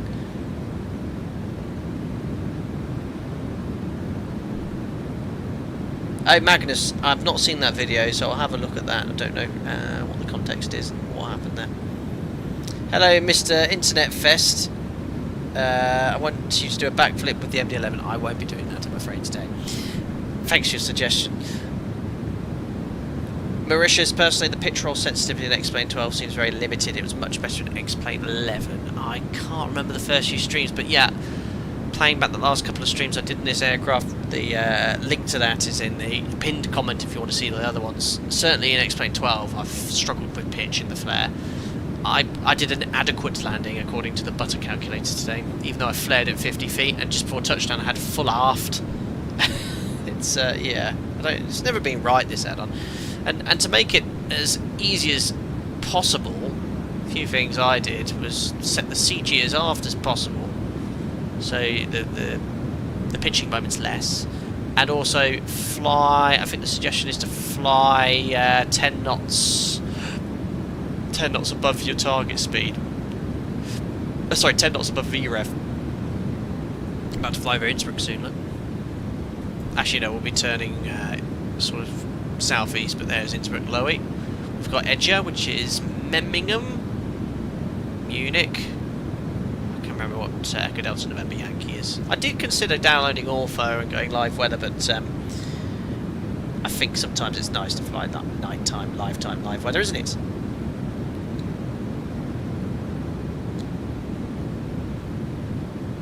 George S. Have you ever flown on a Trijet in real life? My favourite growing up. Was lucky to get on Airtour's My Travel DC-10 and one of the last Byman flights in 2014. I have flown on a Trijet as a passenger. In fact, I don't think it's anywhere near me. I think I did share it with the members. I have a picture of me as a little boy looking at an MD11 that I went on. I'm having a look here if I can find it in Discord. Thank you, Betty. One to go. 1,700 feet when there's no traffic above us. There we are. Look, top of climb in 13 minutes. Crazy.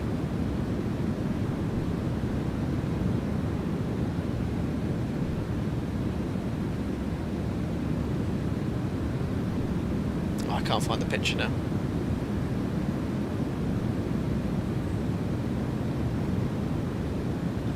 Yeah, Mauritius, you shouldn't need to add a Pro VRAP in the real thing to have good elevator authority. Yeah, I think that's a workaround in the Rotate MD11, isn't it? To add 10 knots to your V-fly, just to get a bit more pitch authority airflow with the elevator. You shouldn't have to do it, of course.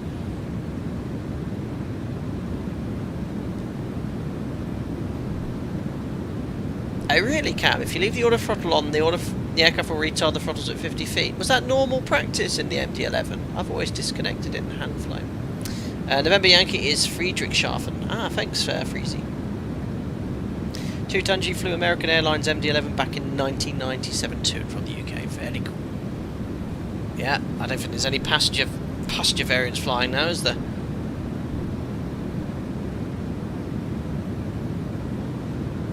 Very good. Freeze says, regarding the rudder pedal situation, I have the MFG Crosswind. It's pricey, about 300 quid or euros, but very good quality. You can also hinge a centering spring for heli flying. Interesting. Matt says, what's the relationship like between LTCs and other pilots? Fine. Believe so. I don't think there's any beef between LTCs and line pilots. I've been at LTC now for about a year, and all my colleagues and I get on just fine. My operator's very level-headed. Everyone's very same mission sort of thing.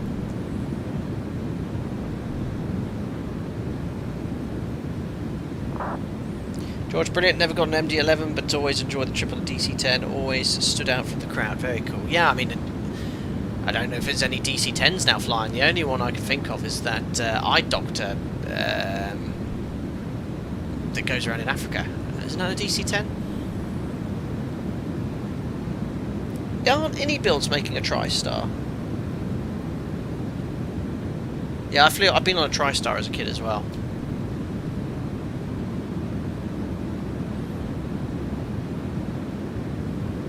I've got most of these pictures somewhere. That was really ahead of its time when it came out as well. Anyway, for now, top climb. All is good. 370. What are we burning per hour here? About 5,700 kilos an hour. CDU2 menu request. I think it's just because it's still on the intro page. We'll do a little fuel time check at Otres, and we'll see how we get on.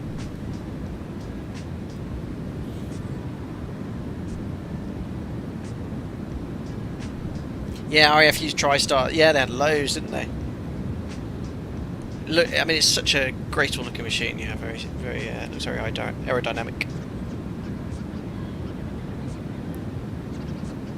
7.2, your favourite 2 tons? Yeah, FlyJ Sim they are getting there, aren't they, with the 7.2 and 7.3, 7.200 Classic. I know it's in the pipeline for them to update it, but they made a public post about it about 2 years ago, and I don't know what. It's very quiet on their Discord, isn't it?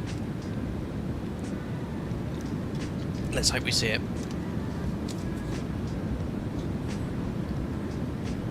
I can't believe that last stream we'd done Saturday, our 10-hour flight overnight. That was quite good. It seemed quite popular.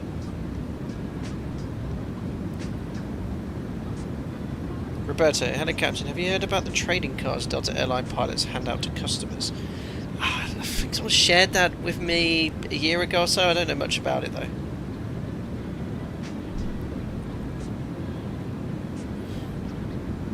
Jeff says, love watching the fuel flow close to the 727. How much difference all the modern efficiency makes. Yes, but bear in mind, is this what the 727's burning as well? But this is what? How much? Twice the size? Can't remember. Oliver Foden is another football player.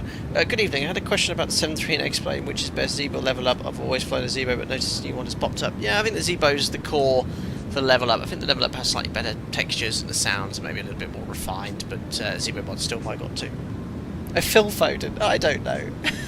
I don't know any football players. I just saw Foden. Yeah, just like Rotate, you can count the amount of devs on one hand with FlyJ Sim. It's amazing the products that come out with such small teams. Absolutely.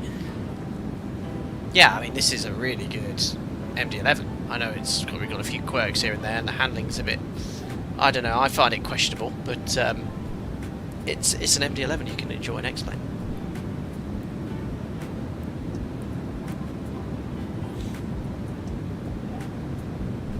"30 miles to Tirana. Still got the weather radar tilted into outer space, so let's just turn that down. Perfect.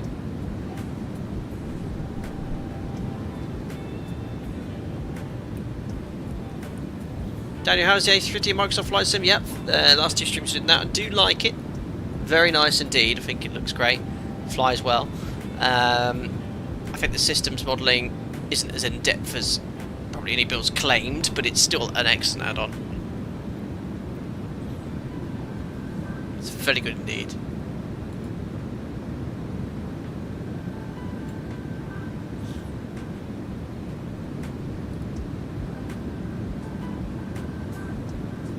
Back to work tomorrow for me, I'm afraid, guys. However, I do have a standby on Friday, and I hope to show off the version 2 update of the Fokker F28, as long as I'm not called.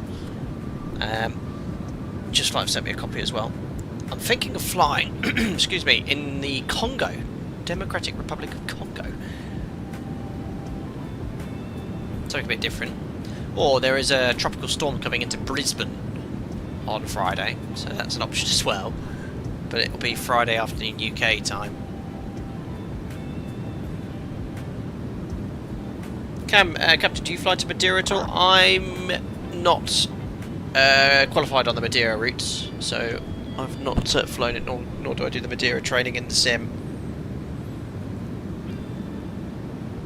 Josh says I wasn't around when you streamed the 350 and haven't had a chance to have a look. Did you use Microsoft Flight Sim 2020 or 24? I used 2020. Although I believe the performance in 2024 is a little bit bitter. A little bit better, not bitter. What have we got here? Milano, some ATC guys. 27 at Tango Kilo, continue descent, flight level 70. Perfect. We don't have any CPDLC in this, unfortunately. Padova, won't it? Oh look, TCAS traffic, very nice. Padova, ciao. It's Alpaca 4 Mike Delta, flight level 370, inbound to Mobdo. Alpaca 4 Mike Delta, Padova reader, ciao, identified. Perfect. Oh, I don't need to keep the heading book updated in this, do I? Ha! Slats extend at 0.83 Mach? Yes.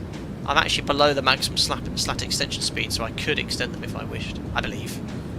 I don't know if there's a Mach limit, is there? Skytrail 4445, we are backing in the copy. See, 280 knots or 0.55. Yeah, so it's only based off the indicated airspeed. You wouldn't want to extend your slats here. So we're above 0.5. 0.55.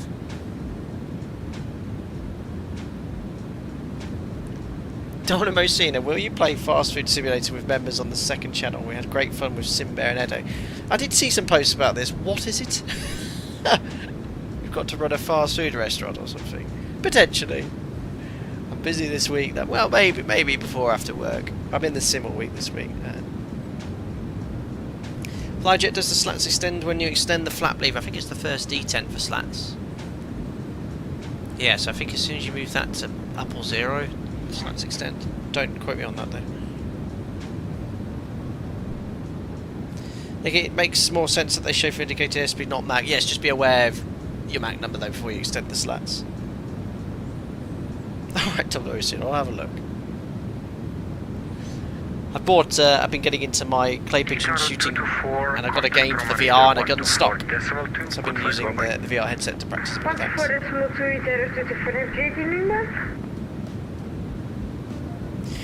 Sashin, it's not good for your health. Watched for a while and ended up on delivery ordering a burger. Oh dear, oh dear. Who had pancakes today for Shrove Tuesday? Out of my airspace, continue. I ate some pancakes today. Bye-bye. I forgot to do that fuel check. We'll do it at Monday. 1-2.8 for your wings and 969. Thank you for to see and ciao. Ciao, ciao. There we are, right over the Alps. Not that we can see much at the moment. Approaching Mobdo. East of Venice. And then, yeah, on the Adriatic coastline of east, basically. Alpaca 1. Perfect, good. Flight level 3. That's James, who was in the Alpaca. Alpaca 1, Juliet, Whiskey Padova Raider, hello, identified. Maintain flight level 370. Evening, Spitfire, be doing well. Behind you at flight level 360. Cat, can you not use the dinner place to practice shooting? No, I get in trouble. No, I get in trouble. It's called Clay Pigeon VR. It's pretty decent game. Nelly Smickers. Would humans have invented the aeroplane if all animals were flightless? Who knows, Nelly? Who knows? Maybe if the dodo was the only bird we ever had, we'd still be grounded. Who knows? That's great. Right, 1 mile to go. Let's do a little fuel check here. It's oh no, this is at 8 miles to go, 1 minute decimal time.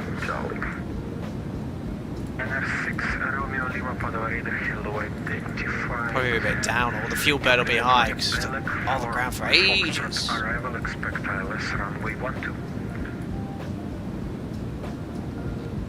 There we are, so Mobdo 25 minutes, 24 minutes of the flight time. We should have 14.2 tons. So yeah, we have used extra fuel because we took an extra 600, but we only got 200 extra now.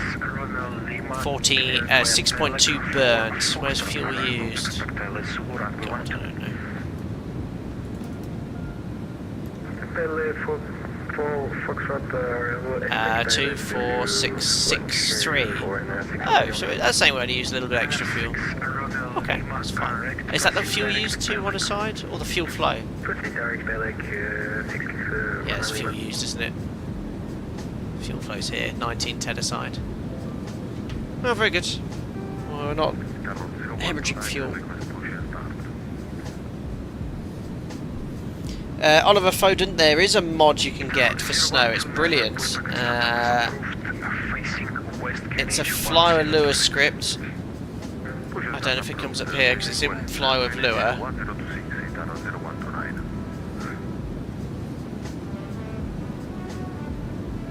It's called... How do I get the list of all the scripts? Or is it a Fly with Lure script? I can't remember. Edo, you'll know what it's called. XA Snow, thanks 2 tons, that's it. XA Snow, get that. It's good, add snow, and it works on Ortho, it's great.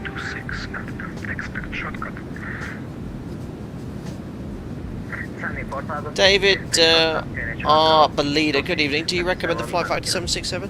It's the best 7.6 you can get for X-Plane. It's in need of an update, but I'd recommend it. I enjoy flying their aircraft in X-Plane. It needs a bit of tidying up though. So would I recommend it? Yes, if you really want to fly the 7.6. And they've got a big update, I believe, coming on it this year. It's never going to bring it all the way up to their 777, but it's certainly using some of the features their 777 has to improve it.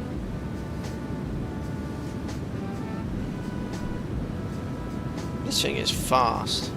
It's our ground speed. Well, we've got a 24 knot head. We've got 454. What are we cruising at? 0.84. It's fast.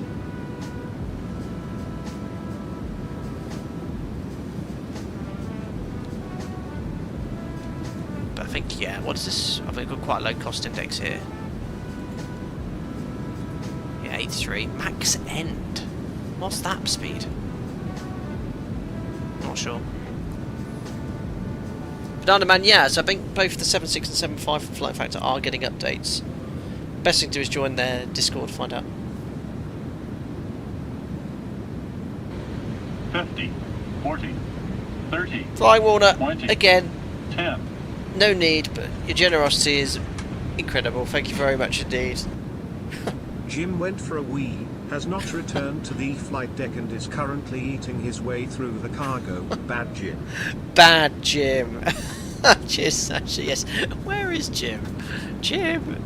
Jim the engineer. Oh no, it's not even an engineering station, it's a spare seat. They are in the back eating through all the Swiss chocolate as we speak, leaving none for the people of Albania. Thank you very much, Flying Water, for your donation. Hope you're doing well, Sasha. Thank you.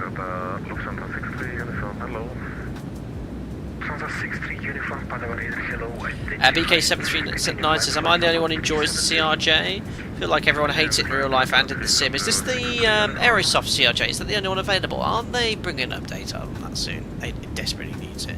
That was the first commercial jet airline available in Microsoft Flight Simulator.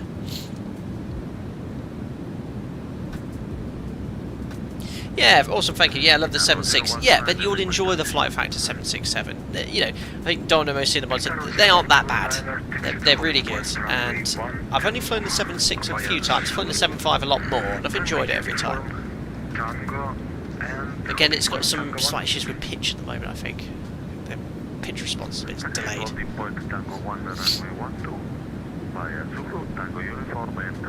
Nikki, also gear extension isn't surely a bug showing in the Mach range. No, I think so. Basically, these aren't bugs.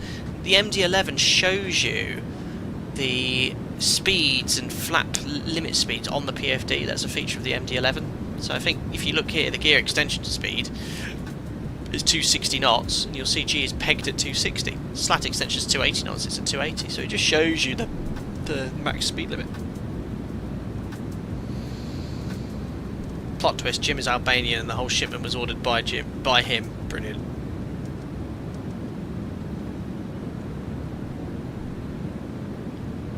But yeah, not much to see out the window today, guys. I'll have a look outside. There is our MD11. Great. Enjoying the sights of the Adriatic coastline near Bosnia and Herzegovina. Banana Man, what's the most difficult aircraft you've flown in the sim? Concorde. That's the most challenging. Well, no. The Tu-154. The Felis Tupolev. That was hard. Unfortunately, no longer updated. I did say to Felis, if he was to bring it to X-Plane 12 ever, I would fly it again. But that was hard. That required a lot of studying and time. Yeah, time to learn. It was all in... is it Critic? There was an English... Oh no, I translated some of the panels into English, but yeah. Spitfire, beautiful, yes. Pitch black and dark. Yes. There's a fly past the moon. Kilo, sorry. Turn right heading. Turn right direct Laren. Turn right direct Laren. Yeah, that was a long time ago. I'll try to find the stream.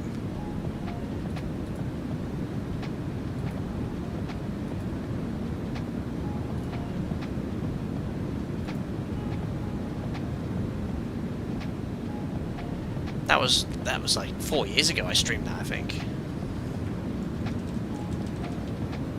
I flew it a few times, I think. Turkish 7 Tango Kilo via Laren, you're cleared for LS runway 04 right. Report I'll find it. Still got the stream on YouTube, haven't I? Yeah, Duxford. I flew to Duxford, that was the last stream. My first flight was from London to Moscow 4 years ago. Check this out.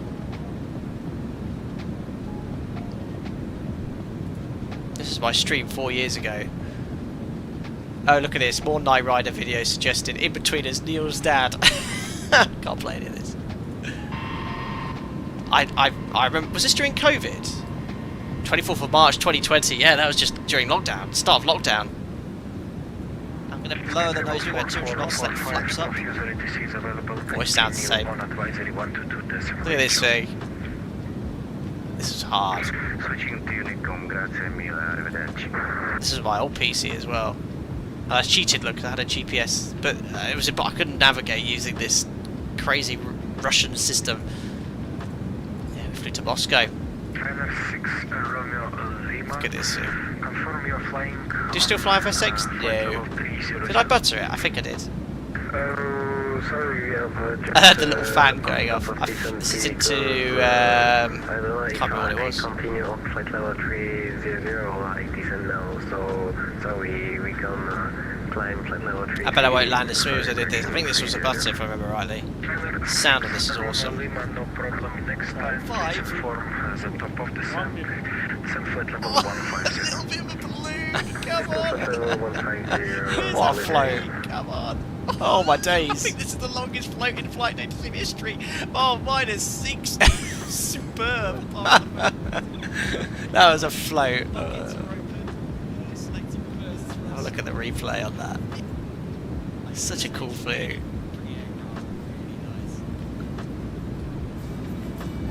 On my old replay music. And I was like, I'm probably coming in too fast. I don't know if I set the correct speed. Oh, what a float. Just holding it off, holding it off. Yeah, it would have gone around now. And there we are, we did touch down. Wind A great little aeroplane. 6 knots around Fantastic.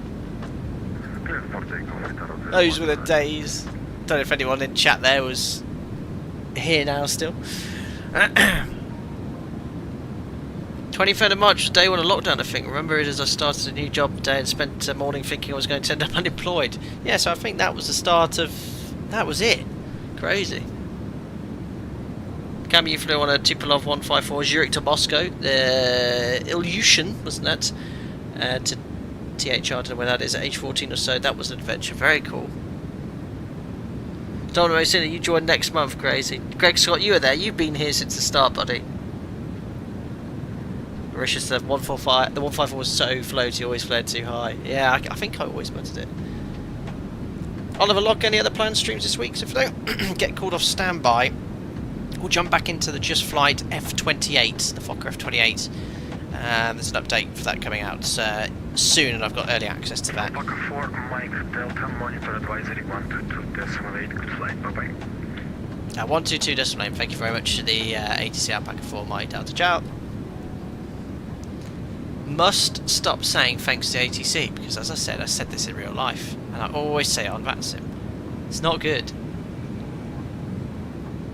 I stream more than I fly these days. I'm always in the sim. Matt certainly says, what did the Boeing pilot say to the Airbus pilot? Nice takeoff. Did you actually use the rudder, or was it all just a suggestion from the flight computer? Ooh, ouch. Mauritius, you've been watching since my PMDG 737 tutorials in the FSX. Brilliant. Mark's got the 154 was floaty, the wing and heat was screwed up ground effect. Really interesting. ASIM, you're correct. Felix was making the Tupolev before his 742. What's the ATC French that you said thanks to? They went on strike. I can't remember which controller where it was that said it. I think it was in Spain. They didn't catch it, neither did the FO. It was lucky. Oh, thank you, Jordan. They're old. They're old, those tutorials. Greg, so why is it wrong to say thanks to ATC? Well, you know, fine on VATSIM, but not in real life. In real life, I basically said operator call sign, next frequency, thank you very much for the air traffic control. And I was like, but that's your job. So at the end of the day, it's not, I suppose, it's not as bad as it sounds. Oh, I don't know.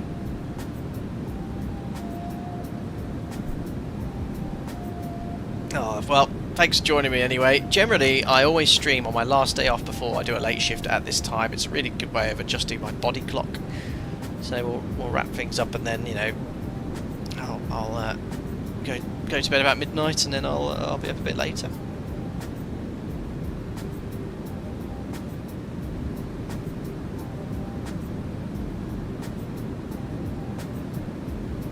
Right, I thank bus drivers all the time. Maybe it makes ATC's day. Maybe I should say it every time. Thank you very much for your great service.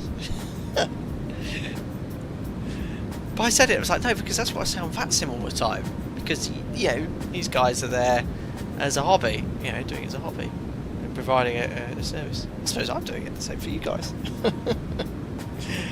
Domino said no, we're not gonna find that video on YouTube. Oh, there goes that nice JAL pilot. Back to Okinawa. I think Mauritius and Nikki Bell have perhaps found a bug with the indicated speeds. Don't know. I think it's to do with the amber and the green here. But yeah, you know, the modelling of this is pretty good. And you've got failures modelled as well. Love these fuel tanks up here. Is there a cargo hold modelled? I can't remember. Yeah, it's very basic. I mean, the textures compared to Microsoft Flight Sim are nowhere near as good. Yeah, now it doesn't. Unfortunately, doesn't show the cargo, simulated cargo, as sort of like a box or anything like that. But we are fully loaded. And I think I've got the wing views preset already. Yeah.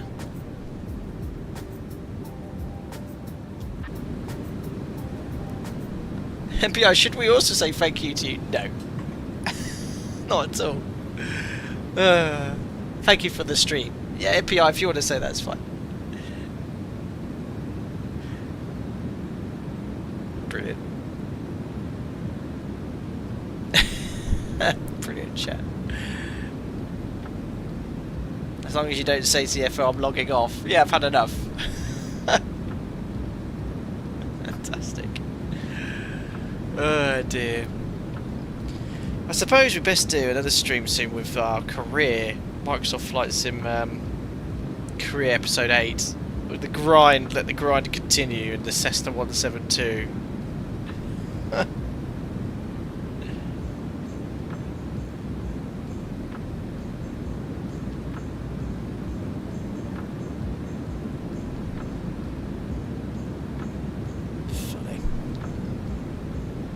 Adjusting sim rating career mode in Microsoft Flight Sim 2024 is a lifesaver. Yeah, but I don't like doing that.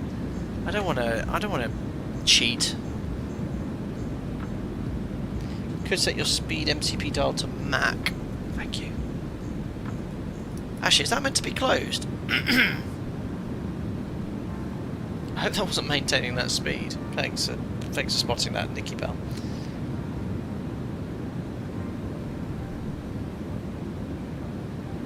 Mark Stott, I don't think I should send that to Google Translate.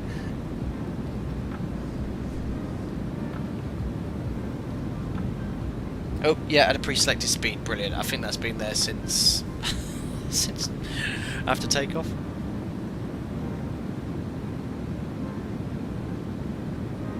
Banana Man, how did you find your passion for aviation?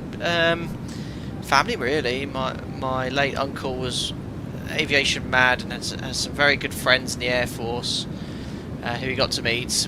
My stepdad had PPL, so growing up sort of surrounded by aviation, going to air shows, airfix model kits, and then flight simulation from the age of 11, 12 when I got my first copy. My first ever sim was Microsoft Flight Sim 2002, and I wasn't allowed to play it during the week, but I was allowed at the weekend. I used to get so excited for the weekend, planning all my routes at school, secondary school, what I was going to do in the sim.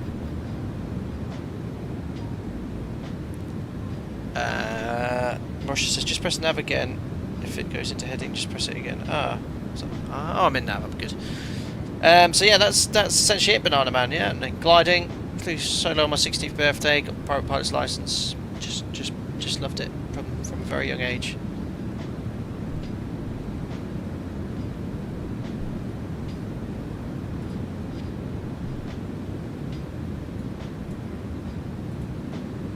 Very young age.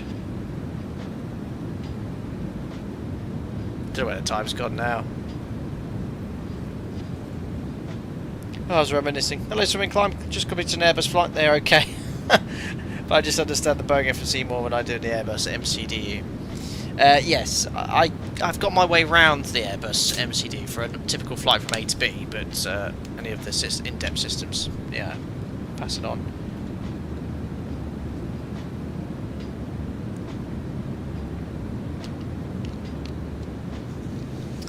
Right, are you familiar with the Banana Man comic? I think we got that from you folks. No. What's that? Mauritius also know that auto indicated Mac switchover is not simulated in the rotate. Yeah, but of course in the NG that would have switched the Mac as we climbed.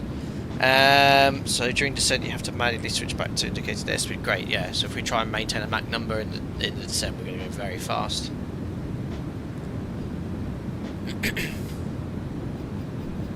Joseph Royal, crikey, yeah. I remember getting a PC in early 2004, and it had a 1 GB of RAM, and I think that was huge for like Microsoft Flight Sim 2004. It was like 4 times the minimum specs. So I was like, oh, that's going to be so fast. And it ran well. Yes, it took about 10 minutes to launch a flight, but once you're in, it was all right.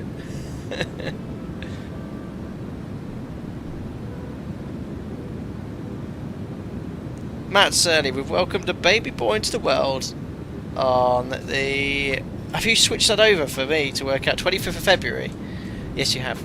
We are yet to say, well, congratulations. Jim. Jim is a good name. Sam. 2 great names. Fantastic. Congratulations, buddy. Max. Yeah, that'll work.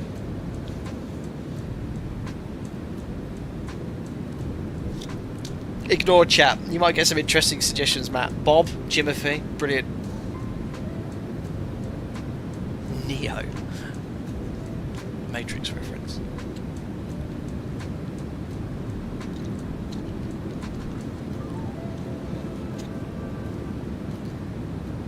$737. Stefan's enjoying his name. Love it. There we are. Blasting along the Adriatic coast in Croatian airspace now.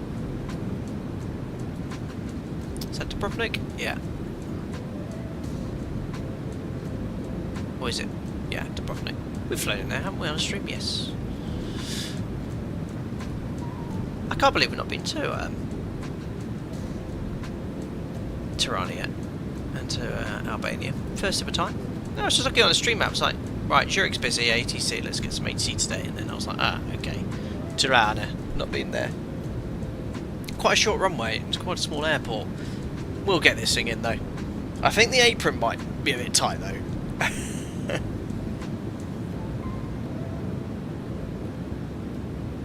Stabilizer motion, great.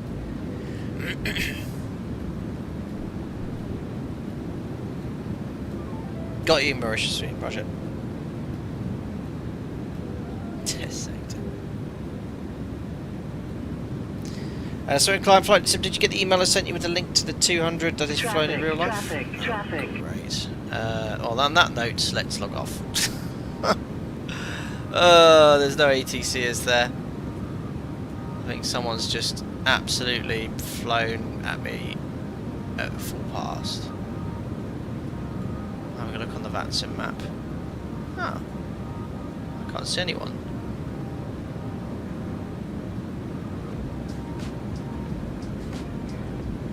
I don't know. What caused that then? It's probably a bug.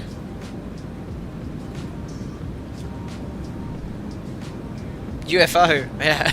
UFO with TCAS.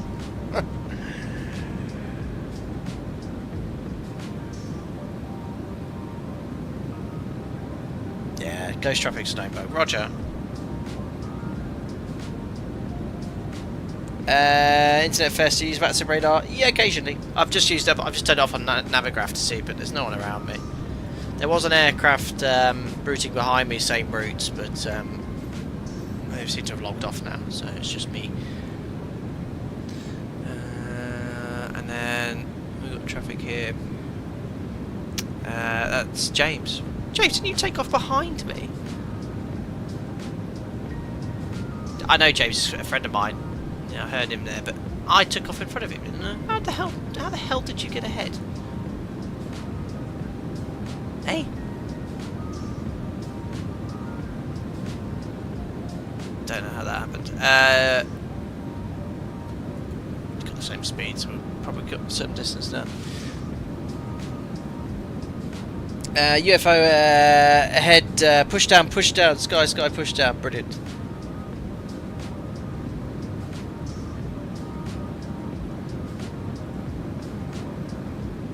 I have had ghost traffic before though. I've had that cause weird stuff. I just had a sim glitch. Ah, okay.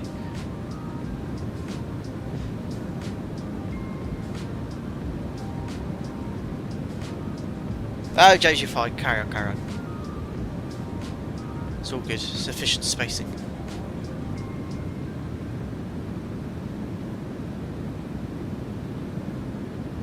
No GPS jamming, no. Well, this part of the world, unlikely. But what a mess the world's in at the moment. Ugh. But we'll have none of that depressing talk here.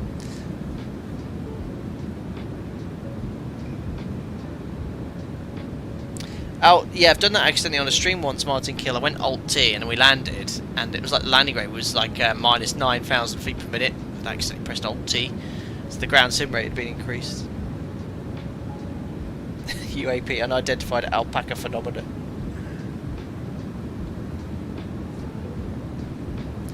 Oh, when is old Elon Musk going to launch his next rocket? Because it was scrubbed last night, wasn't it?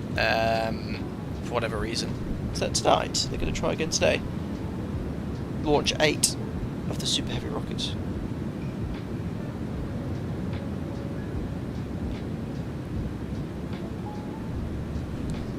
Oh, this is very zen. Anyway, top of descent's coming up. 80, about 160 miles to go. It should be quite a straightforward approach. Weather's beautiful all over south of Europe. Cavo K in Switzerland, and Cavo K here in Albania.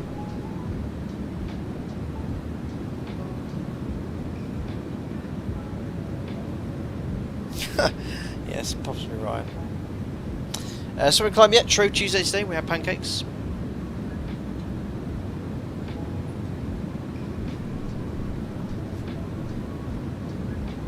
Yes, I think did I take a picture of us making pancakes? Jack's here as well, but he's very tired. He went on a very long walk today.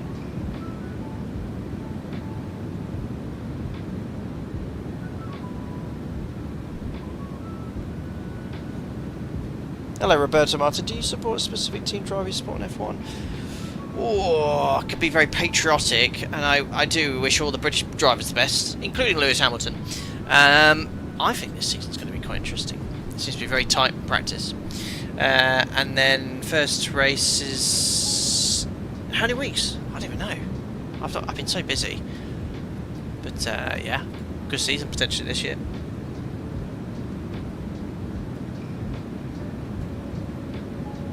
Joseph Roy, a love-hate relationship, SpaceX rockets cool, satellites during photos not cool. Love it. Right, my boy Dino is good and tired. He's not done a thing all day. Yeah, Jack was in the beach yesterday, I've been told. Reliably informed. And I took him on a long walk today. Went out for lunch with a friend and took him out after.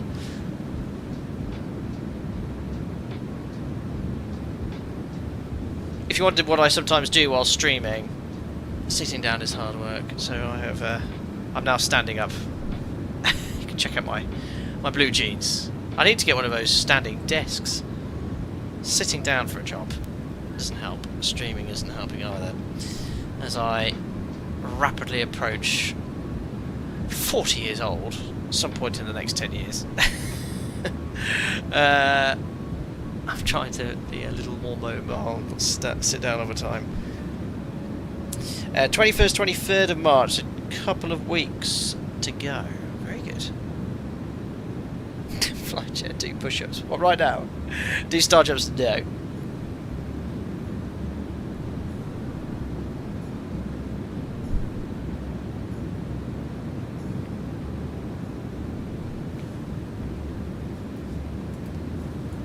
Split here, haven't we? Yeah, I mean, I won't do night flights all the time because it is still nice to go on the external views. I don't have to download Ortho, that's the only benefit. But it's nice to do it. The night lighting in the Sims Mega.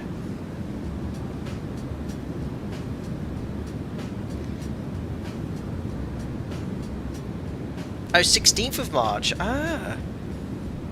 Oh, so a week. Oh, just under 2 weeks to go. Fantastic. Oh, Australia. What time's that going to be? Wait, what am I doing? So, what time's the race on Sunday? I'm flying to Portugal. That's to my roster.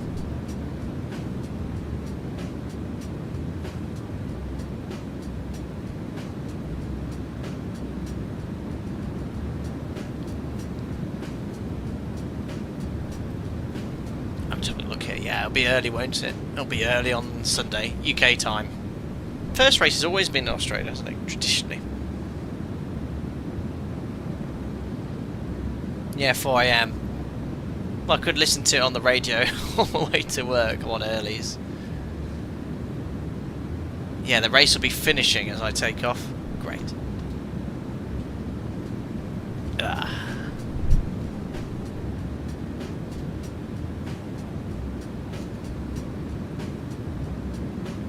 At Workshop Where we're just talking about, well, very, very briefly about Formula 1. Very exciting this year. Money on Max? I mean, the testing you can never tell, can you?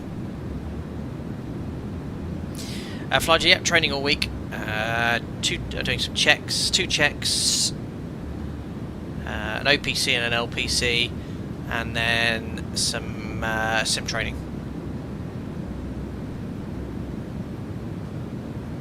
So yeah, busy week. I'm actually working 6 days this week. 6 days. So first off won't be till Tuesday next week.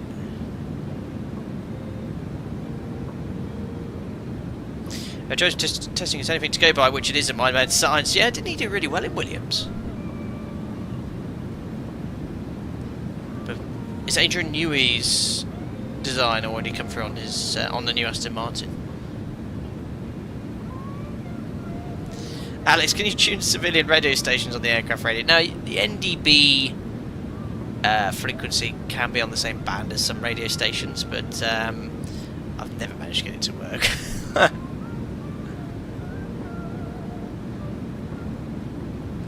So speaking of racing, when do you plan to do some more online racing for your other YouTube channel? It's very much on the back foot because, as most of you already know, in the next month or 2 or 3, not giving too much away, should become a father if all goes well. Joe's on maternity leave at the moment, so yeah, it's that's the priority at the moment. And then I can perhaps when I'm on my paternity leave starts, we can look at doing some more stuff on the second channel. So I will be around home a lot. Yeah, Robert S will be looking at that hopefully on Friday. I'm on standby on Friday, so that's the plan. How much till top of descent? So 80 miles to go. We best start setting up actually. Does this show top of descent to 22:27? Yeah, 12 minutes. We better do some work to set up into Tirana.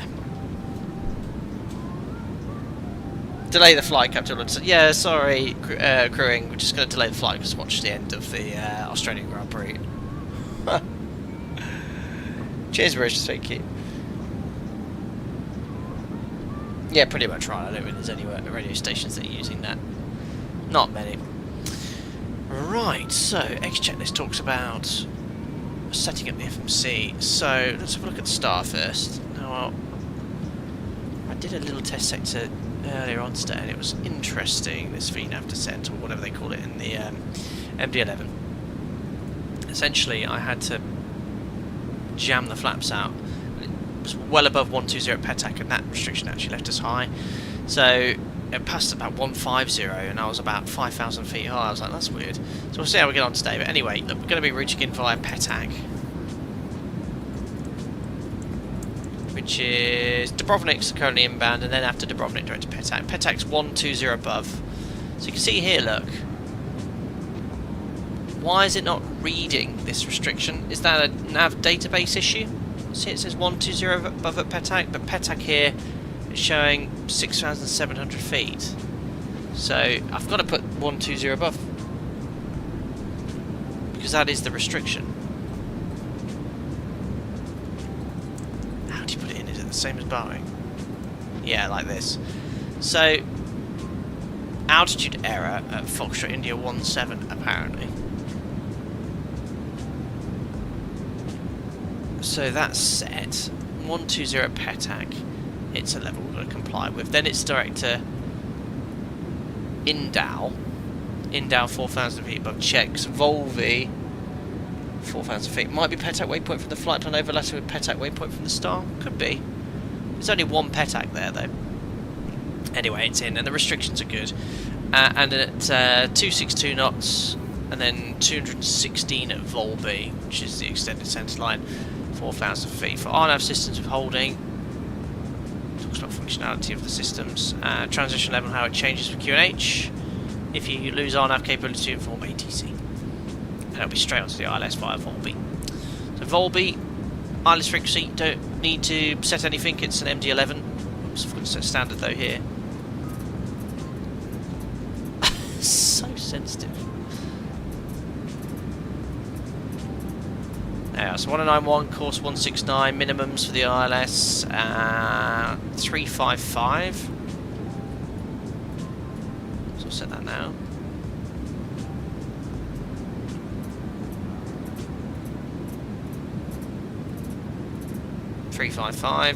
RVR need is 550 metres as we have flight director available. So we'll be in ILS, 3,000 feet to platform altitude, that's the Foxtrot India 17, that's at 8.9 miles, which checks the FMC down to the runway point. And if I have to go around, what's the go around flap in the MD11, the initial one? I will use flap 50 because it's not a very long runway here. So, go around flap 28, I hazard a guess. Go around thrust, climb to 3,000 feet, track 169, it's then going to be a right turn.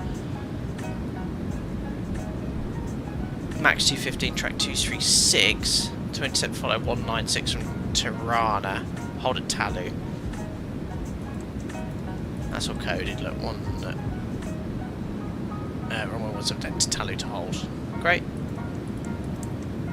Looking good. Fuel then. Prog. Oh, 8.7, our reserves are 7.1. So we've got an extra 1.6 tonnes, which isn't a huge amount in this aircraft. About 15 minutes holding fuel. Where's the reserves? 7.1, perfect, and that's to get to Podgorica. So performance, let's bring up performance calculator. So annoyingly, landing performance, the only option I've got is max manual braking. Great. So I can only get performance for that. Yeah, there's the weather. I should have got the weather before setting up, but yeah, look, variable 2 knots, cav okay, I've got zero excuses, brilliant. So landing weight's this, no wind, 5 degrees, 1024, populate, calculate. So this is showing of max manual braking. We can stop in a factor distance of 2,009 metres. What's the landing distance available?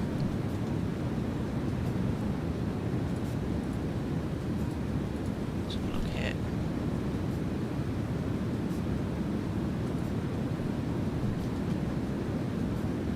It is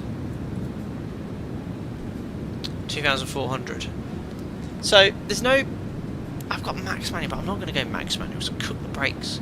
So I'm going to go medium, flat 50,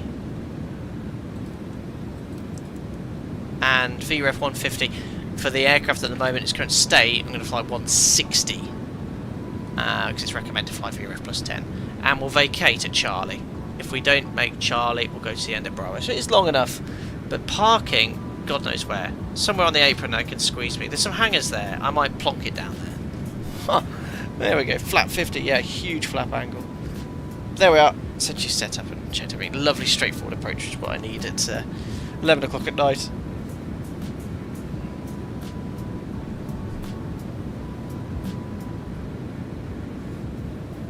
That's a lot of flap.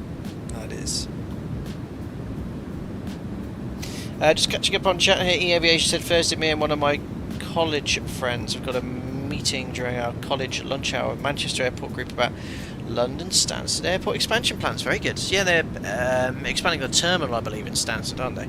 There's a lot going on in the UK. Heathrow's third runway they want to build. Gatwick, they want to move the northern runway so it can be used. I was actually looking at a map of Gatwick. Wouldn't it make more sense to move the southern runway south instead of the northern runway north? Like there was less going on south. Yeah, plonk it down, that's ICAO standard. Yep. Finn Hunt, favourite emergency drill in the sim? Oh, crikey. I don't really have one. When I do checks, I want them to do everything they can to pass. to make my life as easy as possible. No, genuine. Every 6 months we do training, and the people that design these training programs always conjure up something new or something you haven't seen before, so I quite like looking at new things. Exploring the in-depth systems of the aircraft and how the logic changes and automation works, things like that. Hugh says, when training in the sim, do you have situations where you set up the sim with MELs before the crew fly? Or is the aircraft always clean, no defects, and you just fail systems? Great question. No, so sometimes as part of the scenarios you dispatch with in-op items. So commonly APU in-op is one. Sometimes you have to do a bleeds off takeoff for performance reasons, so make sure they're happy with how to do the bleeds off takeoff calculation. Yeah, but often, yeah, these defects do have an impact on whatever then fails in flight. But it's very scripted training sessions. We can't go off piste. We're very much told this is what we're going to do. Welcome. Thomas Huddy, he says parking in Tirana is usually up towards where the whiskey annotation is on the ground chart. Roger, let's have a look here. Thanks for subscribing as well, Grippin. Welcome aboard. Up here then, whiskey. So looking at a bit more detail there.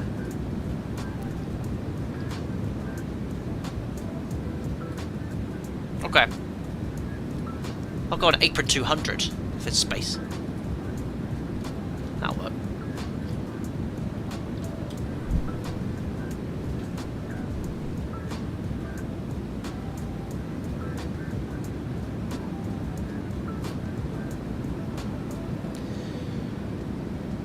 Excellent. Right then. It's been a lovely little flight, hasn't it? Blasted our way south from, I should say south east from Zurich. And we've got top of descent here. Coming up. What's that range ring there? 20 miles, just over 20 miles to go. Now, is it Airbus and the fact that I have to lower the MCP altitude? Do I then have to push the button in for it to descend, or will it automatically descend passing the down arrow? That's my question.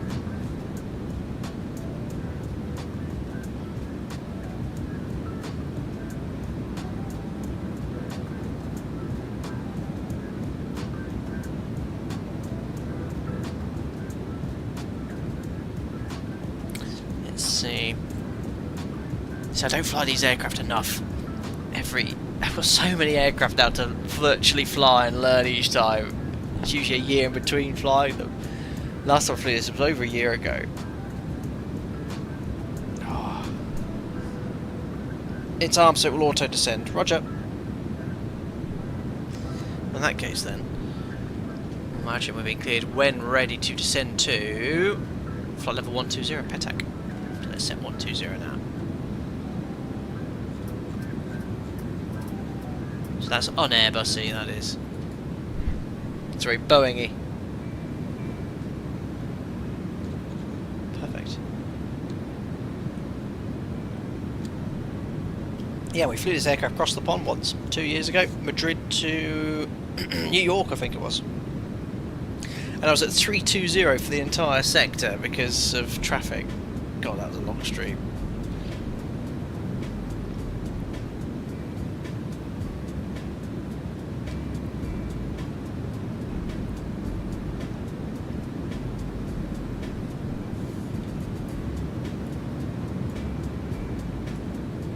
Feel very samey night lighting and explain.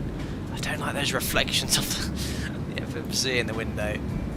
Crikey. Yeah, if I could turn that off, I'd be a fan.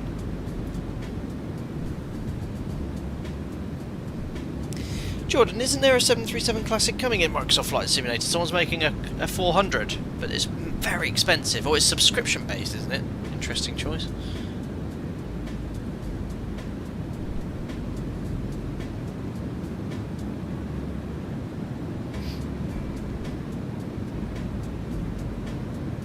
Not as long as one of the streams, no.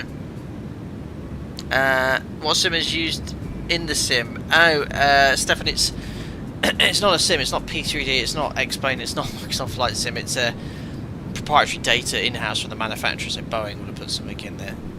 There's about 10 computers running the whole simulator, not just a program on a PC. Very complex machines.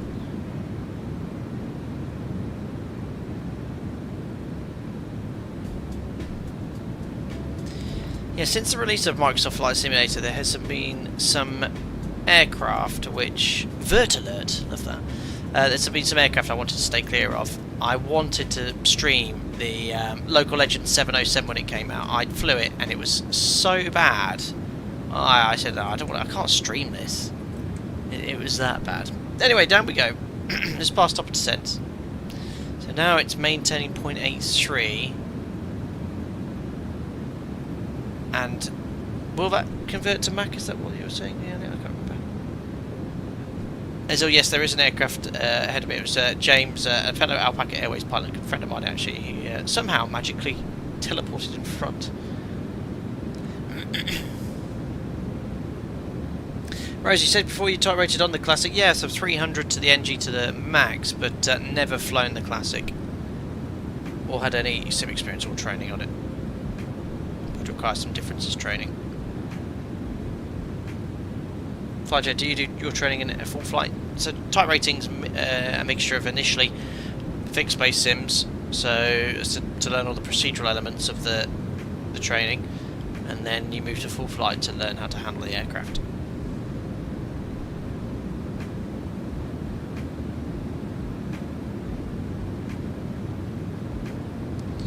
So now thrust is coming up again slowly. Well, there we are descending. I don't know what the default page is for the systems. Probably not fuel. Yeah, it's engine, isn't it? You got all the trim information and secondary engine parameters there.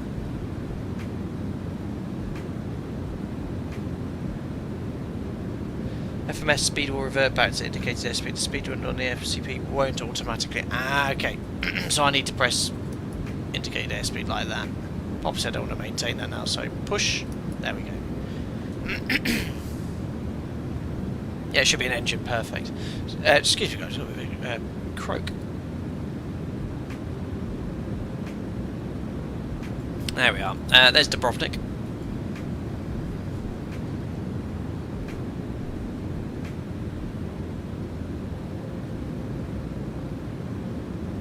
No, Donovan said that's not an airport. We're a bit high. if that was, if we were about to turn final out, I might have to go around off that one. I think anyway.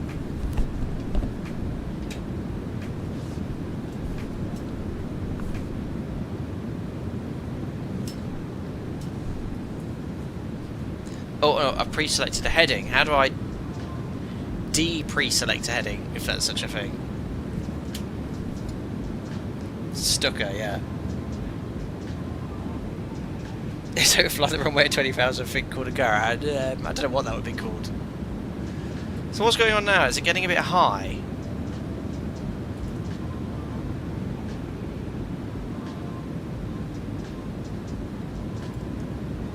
Yeah, look, it's 700 feet high now. What's happened? What's it prioritising? Idle path descent. This is where my lack of knowledge on MD11s comes in. Look, if I can get you on the ground safely, that's all that matters. I remember we did a stream here in Germany. It was really busy that sim event. I was struggling. Really struggling in this tank. Push nav. I'm in nav 1. Good, good. Oh, nav again to clear. Ah. Thank you. C. Thanks, Mauritius and Josiah.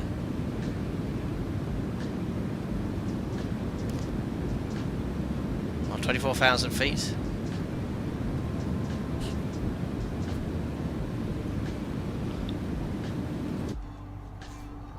Oh, there's the moon. Would be a really nice evening to go flying today. Light winds, clear skies.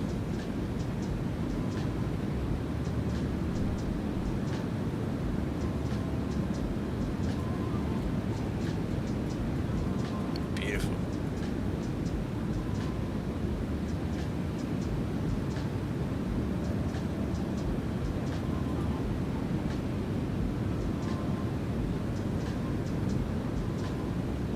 James, I'm catching up with you. Yes, the MD11 descent at 350 knots. What are you at? Probably not that.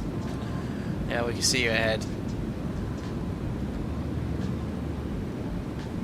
Yeah, the prof path is a little wonky. Might have you descend earlier than you want for a continuous high descent, so you might want to check the FMS calculations on the flight plan page.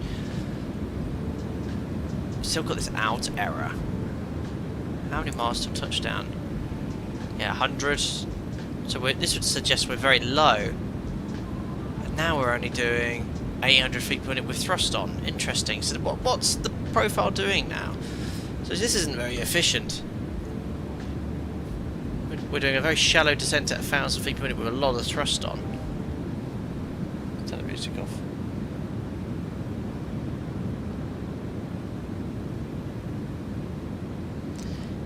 Is ill. Please provide valid name in 2 words, capital first letters only. might have to put a different name in. That should work though, shouldn't it? Yeah, so what's profile doing now? So in the profile mode, but it's doing 1,000 feet per minute, lots of thrust to maintain 350 knots. This is like the path indicator I'm used to. Mauritius, yeah, that's one of the quirks Rotator's never been able to completely iron out. I've made them aware though, okay. Yeah, this is very inefficient though. Low early, thrust on. You want to be doing idle thrust descent all the way in.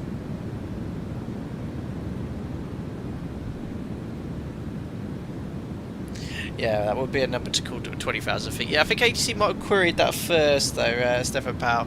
Sort of, you trying to land at that destination, you float over at 20,000 feet, yes. You can see the ships in the Adriatic as well, next plane, that's cool.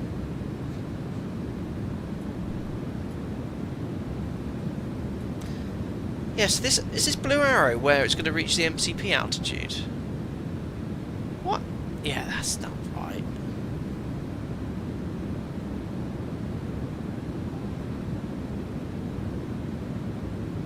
Something's happened here.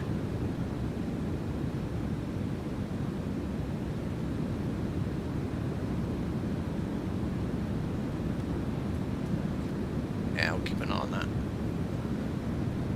Just got to change the MCP out.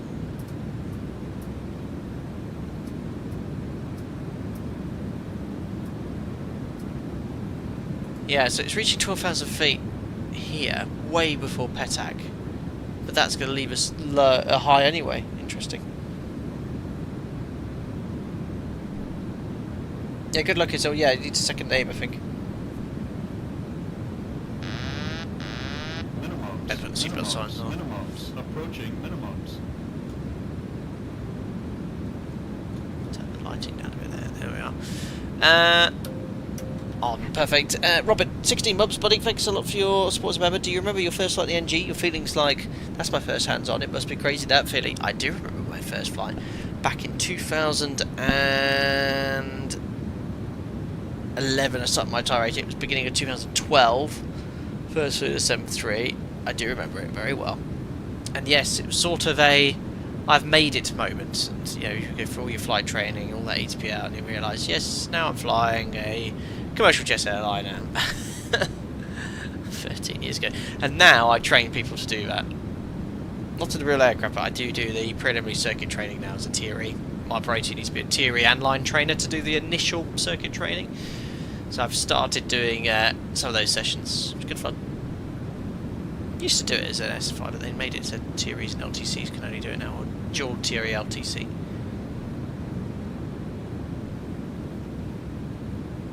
And that's the Max Boeing Sim Pilot B38 Mike.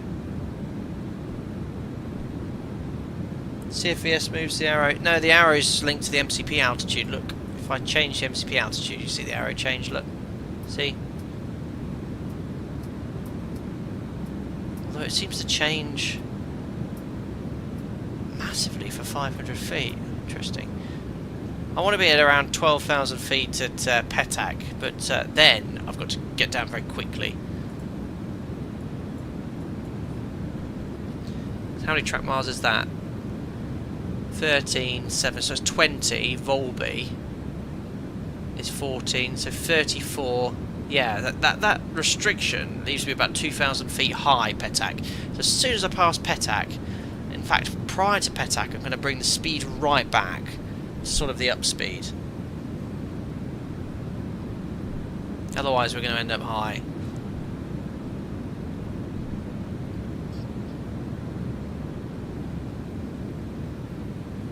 Robert Crazy Cree must be separate. Nah, anyone in my position would have done the same thing.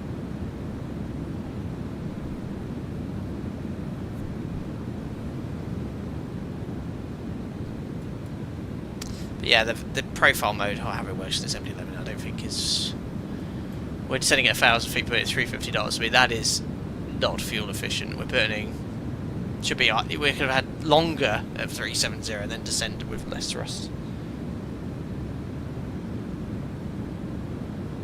Mauritius, send me your log on Discord if it's not too big of a problem. Mauritius, if you really like it, drop me an email. I'll happy to send the log if you really would want it.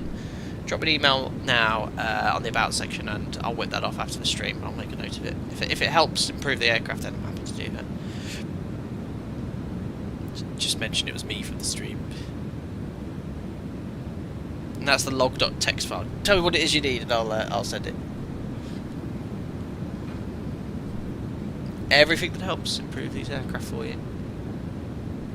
Because we've been only in profile mode, haven't we?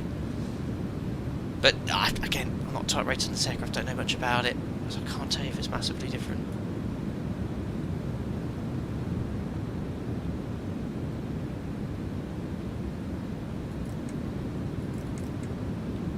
Beautiful.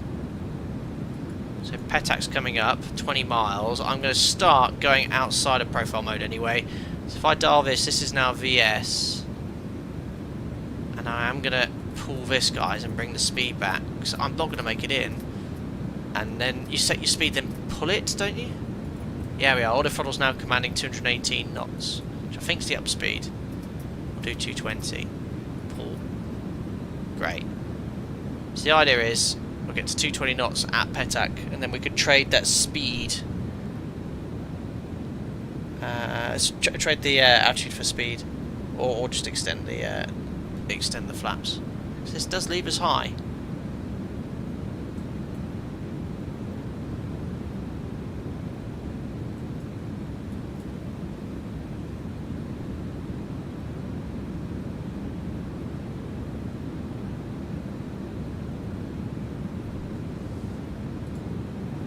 Make it a little bit louder for you. Not leading speed off quite quick enough, so I'm going to use a bit of speed brake.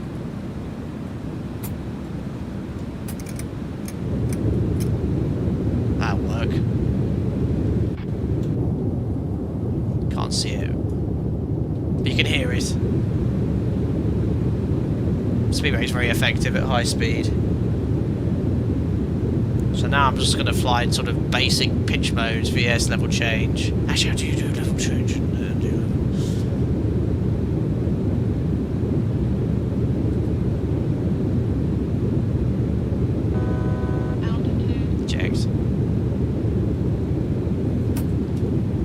What was that clicking sound?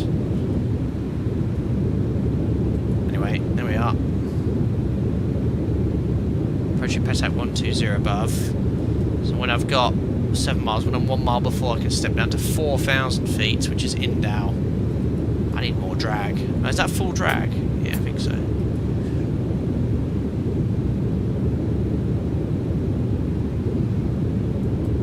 I really like the fact it didn't let me bug below the speed. 5 miles to go. So I've got to leave 12,000 feet in.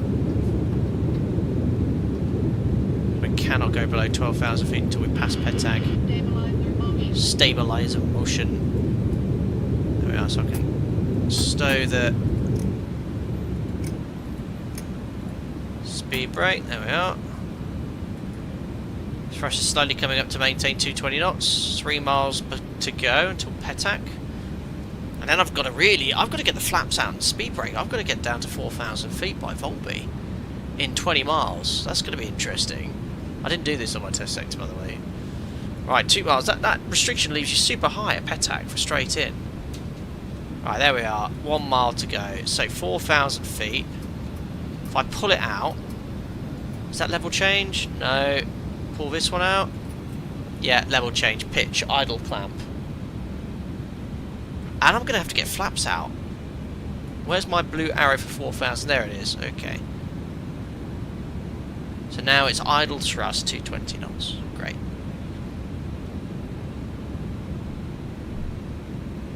To track miles. 35, 70, 10,500. Okay, we're about 1,000 feet high.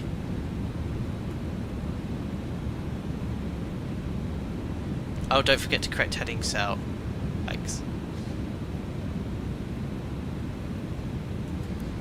So there, 4,000 feet just after Volby. And Volby's what, how many miles out was Volby? 13. It's actually not too far off profile.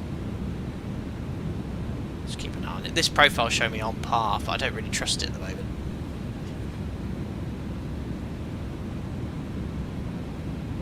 Oh, it just tuned on the ILS automatically. My radio tuning panel just went 1091 automatically. That's cool.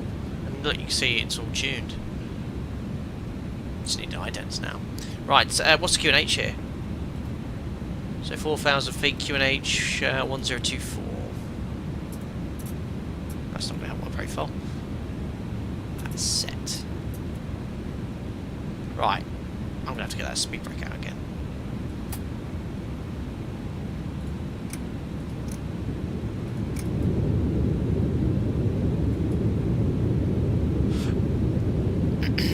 That blue arrow doesn't seem to change much. Profile should be reliable at this point. Is it on the prog page? Nope. Perf, in it, perf. 100 feet high, okay. Should I trust profile?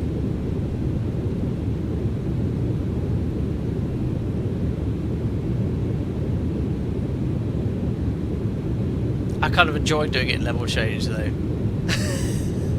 I know what the airplane's doing now. 16, Mauritius Vink, can I just say thank you very much for your input, it's really appreciated because heck, I feel like this I'm unfamiliar with. Anyway, post cruise checks. Fuel lights, we've got 9 tons, 7 white, 1 for Podgritsa for the alternate. All set. Belts, jet screen. How many track miles? 2557,500, 82. Yeah, we're pretty much on path here. Have you killed the cargo yet? No, Sam Heaton, I have not killed the cargo. So we're just going to do the transition off the Star via Indal, base leg to Volby. But I think we're looking good now. I'm just going to leave it level change. We'll get ready to extend the slats. Got the DME now, 17.2.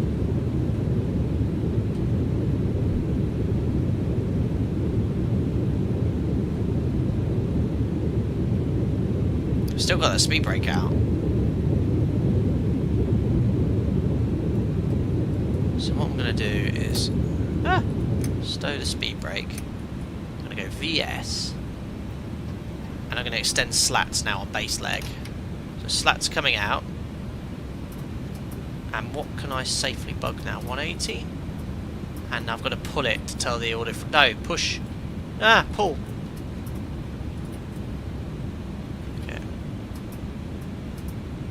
And I might go, oh, I could dial whatever flap I want, can't I, for my intermediate one? Let's go for sort of flap, no, 20. And what's the maximum speed for flap 20? 240 knots. Oh, easy. Speed, come back. Oh, I need more speed brake. She does not want to slow down. Oh. Oh, is it because the flaps are extended? I can't do it anymore. Oh, I don't know.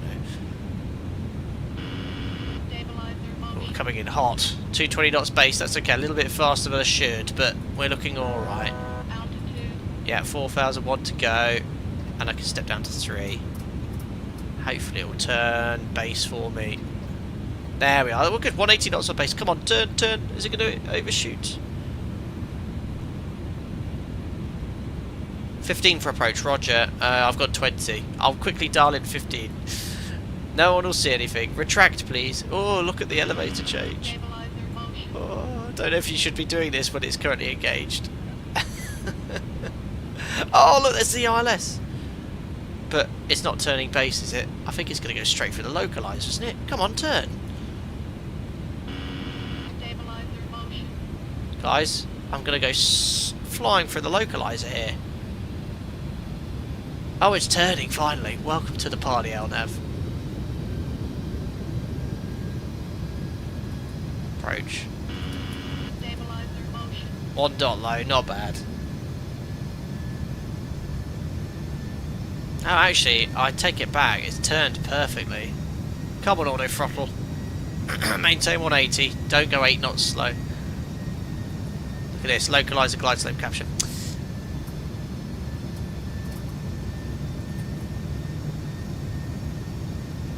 Is that captured? I'm I'm so used to green FMAs. I think we're good. Is that good? Have I captured? I think we've captured, guys. 12 miles. Localizer glide slope capture. You cannot teach it.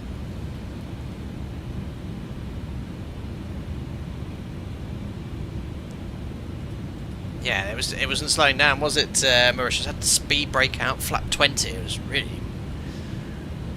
Yeah, that looks stabilised. Great. Well, we'll go gear down flap 28. Gear down flap 28 next. Or can I go flap 28 now with gear?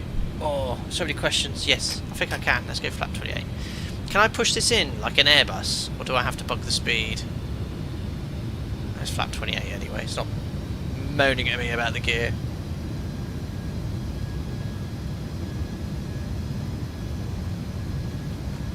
Alright, checklist.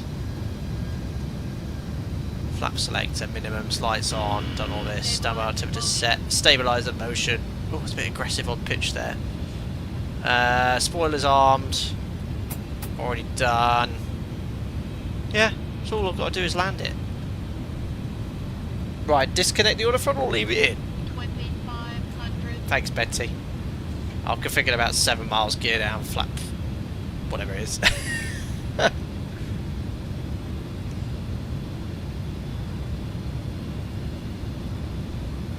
Great. Easy. MD11's easy. Until this landing. Right, 7 miles. Gear down. Next notch of flaps. Landing gear. I've dropped the gear. Landing I gear. think she's bad with me. We'll go outside so you can see the gear down. Oh my god, there's someone right behind me. Well, James landed ahead of me, so... Oh, crikey, I don't know who that is right behind. Landing gear. Right, there we are. Right, gears down. And what was my final flap setting?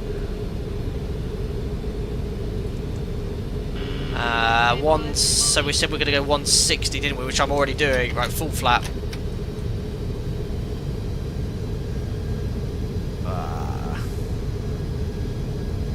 Alright. Oh, God! This is not the correct runway. 14 knot tailwind. I thought it said light variable winds. Oh, God, explain. I can see the autopilot struggling to sound the glide slope. Oh, God. So, flaps 50. Stabilizer. Oh, this is not going to be a smooth landing. You can push FMS to go to the approach, but I don't want to do that low speed. Yeah. Alright, here we go. Disconnecting auto throttle. Disconnecting autopilot. Just to show you what I'm dealing with, watch this. It's just 1000. so sloppy. If you did that in the 7.3, you'd stall immediately. I know it's a bigger play, but... Oh my god, it's not turning! Oh god, this is not going to be pretty, guys. More push to stop the blink.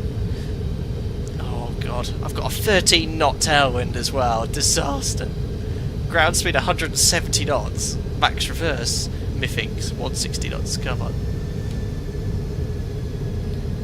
Oh god. 500. I am flying the literal Titanic. Smidge high. Correcting. Approaching minimum 300. Oh, what's the rate of descent? I'm flying at 50 feet. Continue. 200.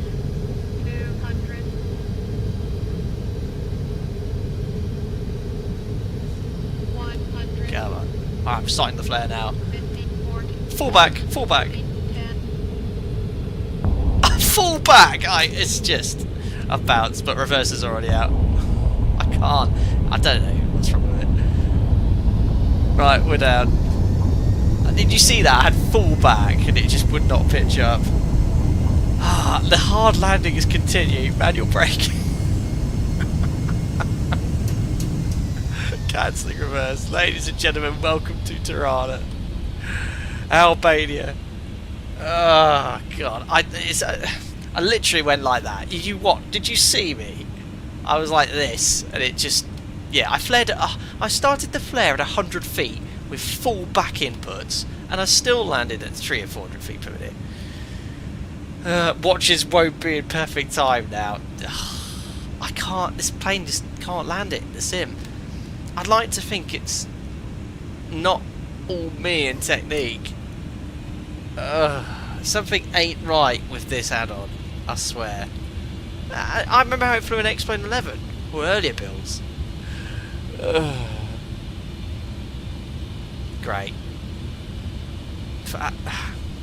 Literally full back. 50. Right, 40, a few 30, pings I missed here, I 20, think. Oh 10. dear.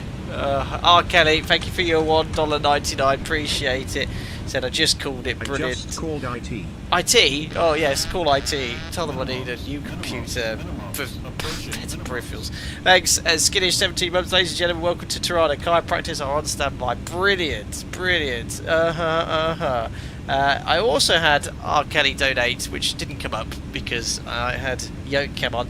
I'm getting cross the pond Lisbon vibes. Yes, we flew this. Oh no, we flew this Madrid to New York. Across the pond Lisbon was in the A340. Brilliant. Thank you very much for your donations. R. Kelly 99. Very kind. One day we'll better. Yeah, 15 knot tailwind won't help. True, but I mean, look, you saw it there. I started the flare at 100 feet, and twice I went like that. Full back on the stick. I mean, what was if I went? Yeah, I don't know. Anyway, blah blah blah. No more excuses, guys. We're flying it so I can land next stream. Right. Taxi in. Let's disarm this. Order brake to off. Flap slats to up. Stab trim 3 degrees. Setting the trim. I should have just trimmed nose up before the flare. It was like flying in soup. I'm not talking cream with tomato. I'm talking, you know, the one with all the chunks in it. Weather radar can come off. Or taxi all the way at the end as briefed. TCAS transponder. We'll put that into... Oh, standby whenever there's no one here. 2000. Windshield. Anti-ice as required. That can come off. That can come off. Retract these lights. Turn on the turn off. Taxi lights on. APU start. Edges up here. Next will be AP power on the bus, and then on stand. Oh, 28 knots, 29 knots taxi speed. We don't want to go any faster than that.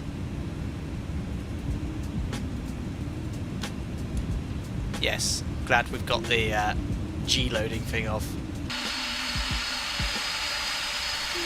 Look, it's still in one piece.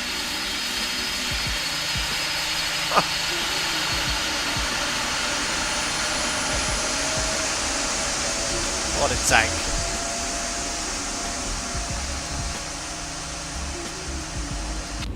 Nice external model, isn't it? Quite here in Tirana. Cheers, Mauritius. Mauritius happy. He's the expert today. That's the main thing. So again, this aircraft is huge for this airport. And we'll go all the way to apron 200 as we briefed. Right on the end. Can I open the window on this?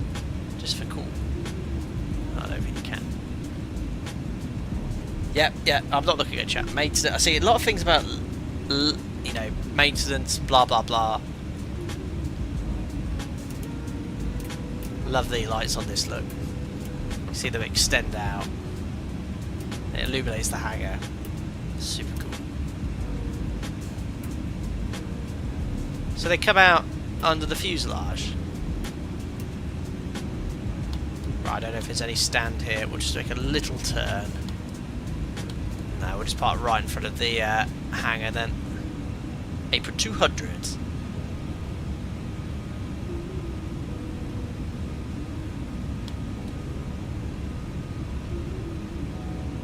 That'll do. Brilliant. Right, parking brake is set. Let's turn off these lights. Turn on the dome light. That can come off, turn offs off, and APU is available, so we can shut down the engines. So start leaving wants to cut off. Ladies and gentlemen, welcome to Tirana. Beautiful. Seatbelt signs off. No smoking off. Nav logo lights is required. A logo should have turned on.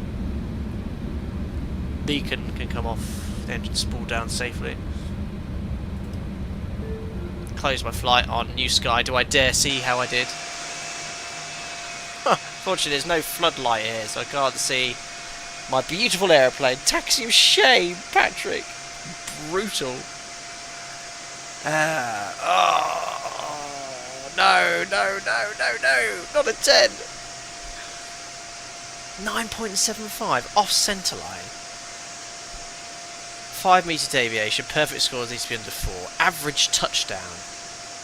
I minus 0.0. I got more penalised for not being on the centre line. Outrageous. I'm writing to one of the Alpaca Airways managers. Oh wait, I run this so I can actually adjust my score. No, I won't. Oh dear. Right, let me have a look at some of chat here. With Carl said a lot of sorry your cargo was damaged during delivery. Stickers going to be needed. Brilliant.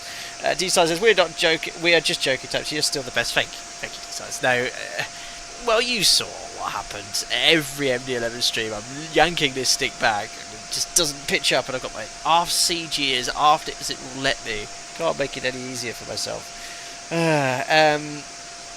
Maintenance going to have overtime. Thanks, Yamato. Flying water at Sasha. For sale, MD11. One careful loader. Nice one, Sasha. Perfect. D-sides, yeah, banter. As of 356 left the lighting. Does look very good. With Carl, maintenance asked if they'd be. What did he do now? Brilliant. Yep. Brilliant. Right, okay. Is your yoke calibrated? Gary, my yoke is working beautifully. I can butter the Zebo right now, no problem. It's just this aircraft flyer's difficulty. Yeah, Joseph, tomorrow's departure looked almost unflyable. Yeah, I mean, it had full roll inputs and it was barely turning. But look, I'm hoping this aircraft, it's been out a while now, it's been a year since we last flew it, but as far as I'm concerned, the issues I had before still exist. It makes it very difficult to fly, but it's fun. It's fun. I really enjoy flying it. Will I fly again? Yes. Hopefully things will change to make it a little easier. Certainly in pitch. I think there needs to be more pitch authority. It's lacking somewhat. But we had a lot of fun. And Mauritius, drop me an email. I'll send you the log after this, and hopefully you can send that to the devs and they'll adjust it, tweak it. Again, I don't fly this aircraft. It could be things I'm very much doing wrong, but I find it very difficult to fly. But it flies nicely and within the confines of the simulator. Obviously the elevator's not effective enough, but it does fly nice, if you know what I mean, in the sim. Perfect. Josiah says do a quick circuit in the Zebo. What, to prove that I can butter? Do you want me to do an encore in the Zebo mod? Quick circuit. Let me know in chat. What was it, 11 o'clock? Oh, well, shall I just do a replay first in the MD11 just to see how bad it was, and then I can do an encore. And I've got to butter it, have I? Yeah, okay. Well, let's do an MD11 replay first.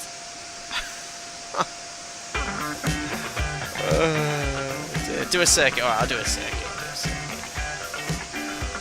Right, a couple of things first, guys. I've got to turn off fly line. There we are. Let's just see how bad it was. Oh! Well, might not have a replay at the moment. I've not seen it do that before. Reading new scenery files. Uh-oh.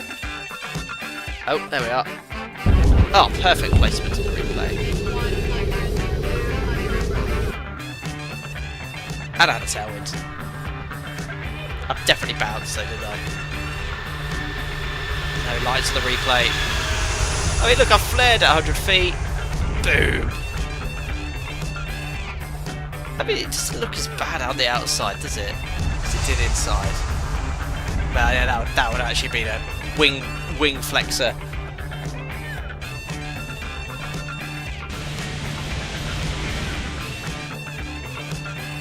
Ah, beautiful.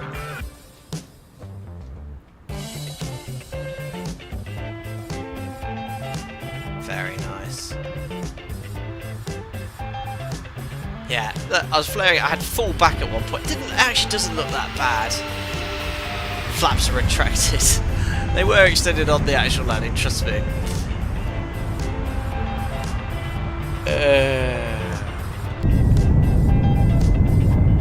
Brilliant.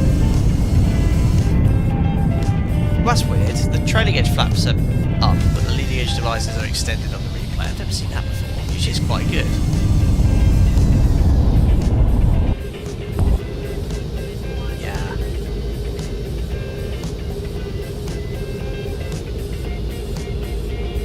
Yeah, boom. That was firm. Bounced.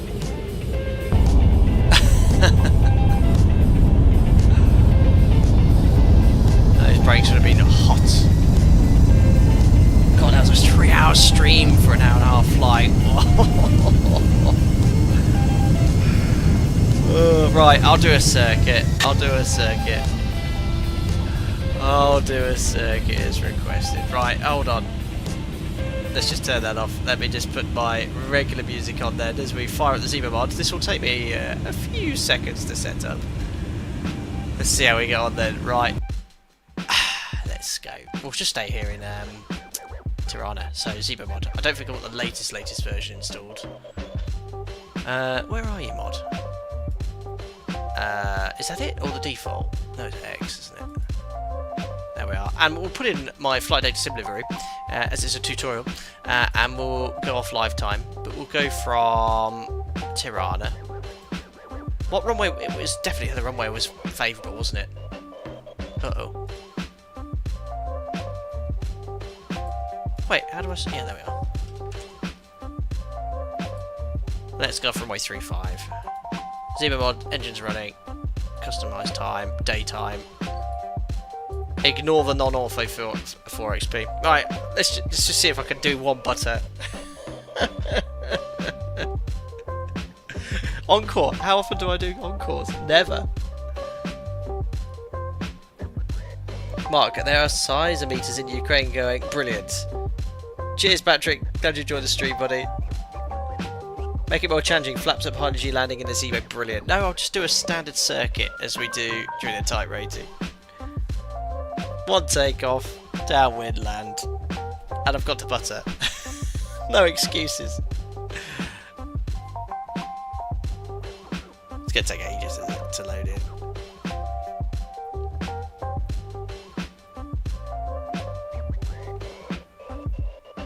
Touchdown wasn't as bad. Said 300 on your VSI. Yeah, I mean, I had full pitch inputs 2 times, I think, during that flare, and I started the flare at 100 feet. I mean, you know what height we flare at in the 7.3 at 20. Sure, it's not 5 times higher than MD11, and I still landed it hard. What if you don't butter till morning? Look, I won't aim for the butter. Just a good landing is all I need.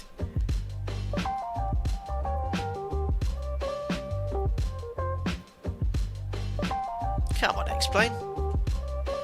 It's nearly done applying the weather.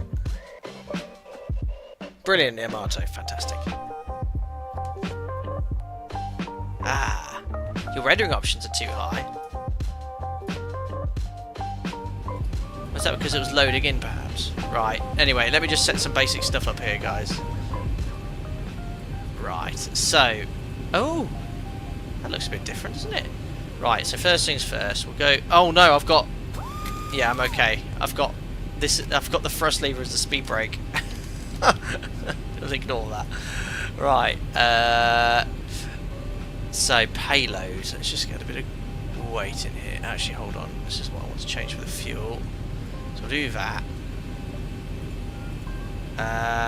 Zero fuel weight. See, what's going on? That's weird. I've never seen that in the Zero. Is that because I changed it in the iOS? Hey? Why am I leaking payload? I think it's just because I changed it there, didn't I? Right, let's just put some passengers on. 130. Just want to get it at around 60 tons. Ah, familiarity. 2,000 feet. I don't know what the circuit height here is, but we'll just do that. Elevations, what did 150 or something? That's all set up. We'll do raw data. 349. That's fine. Just put something in the FMC. This is like running a sim session for the first time. You know, setting it up for the next session. LATI. How quickly can I get something set up? That's the question. Departure arrivals. I don't know what approach they have here. VDM. Let's do RNAV35. Route. Activate. Execute. Extend the center line from here. Tinky will do. Actually, this one will do. We'll see. Center line here. 349. That's a bug. You should be able to put the intercept course in here. 349. I don't know why I can't. Oh well. I'll have to do it later. Zero fuel weights in. Let's put 2. Costing is that. 2,000 feet. Oh, what's going on? A bit buggy. What do you mean unable cruise 2,000? 22k. Take off flat 5. CG is in. Can't get it in. No problem. 141. Great. So what we're going to do is a quick circuit. See how the Zebra mod flies right now. Flat 1. There we are, flat 5. Okay, I've got everything I need. Set the QNH.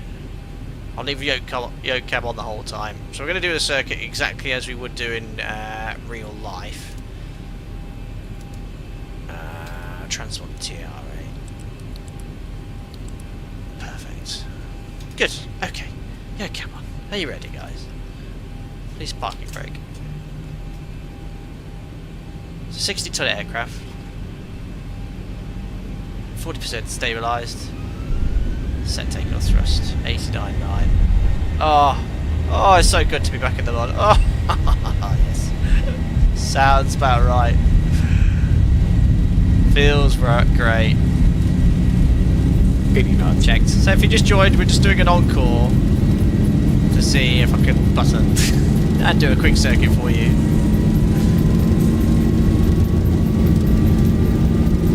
D1 rotate. Here we go.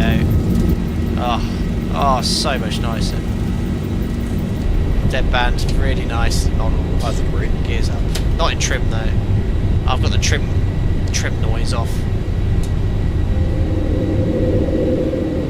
400. Perfect. We'll climb straight ahead to 2,000 feet. Just want to get the trim noise on so you can hear me trimming. Where's it under? 1,000. Jets. There we are. Great. So flat 5.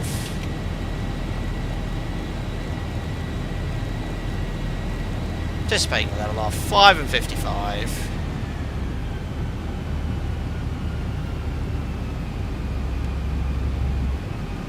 Beautiful. So this mod is a work of ours. So nice and steady on the pitch. 25 degrees. First circuit, we climb straight ahead to circuit altitude, which we'll call it 2,000. Can we detune this VOR? It's pretty annoying that its needles or RMIs will swing all over the place. So about 5 degrees, 55% because I'm in the turn. A little bit heavier than usual, probably a bit more thrust. Well out of trim here. So trim, you want to trim it so you've got no control current input in. Flat 30.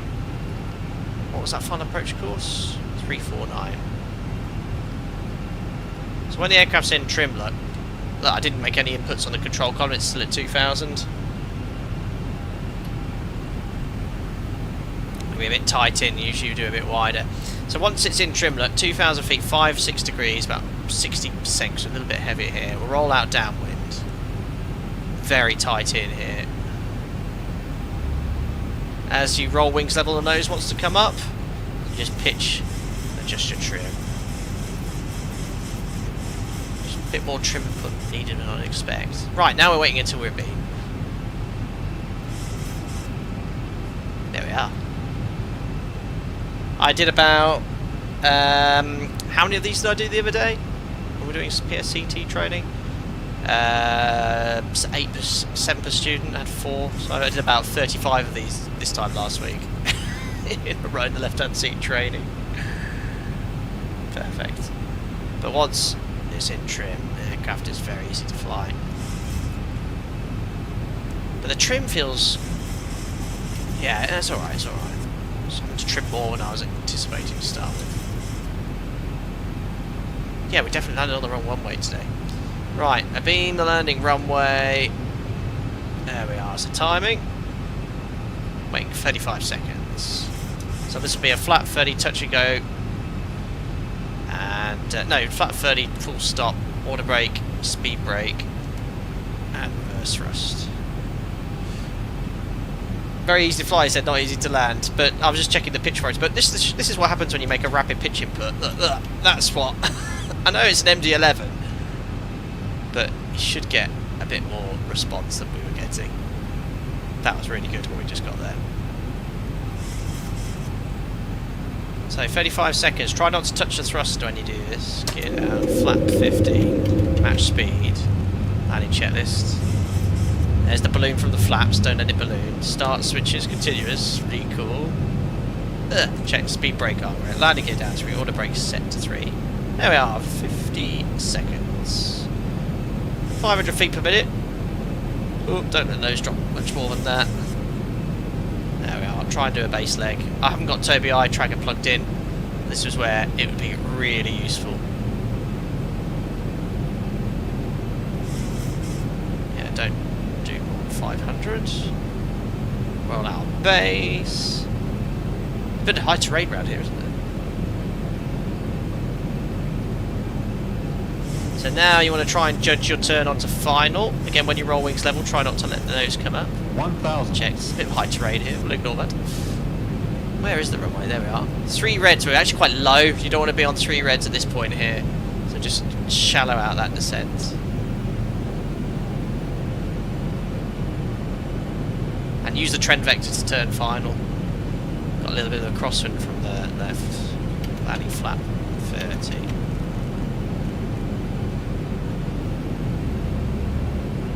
Should be on 2 reds, 2 whites. So now set up your attitude and thrust for final. So flat 30, about 1 degree, 57%. There we go. So we've got 3 reds, smidge low, and that's the circuit 7-3.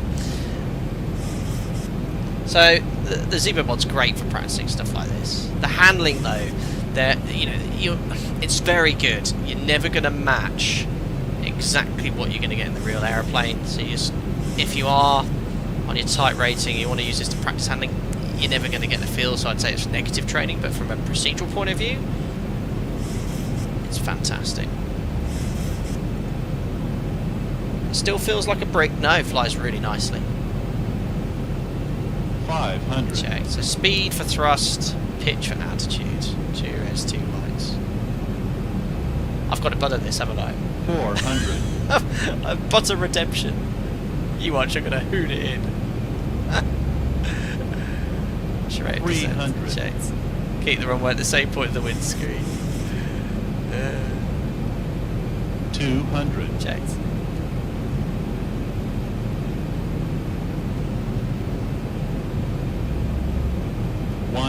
Checked. Perfect position. 50, 40, 30, Check. 20, Close. 10. Hold the attitude.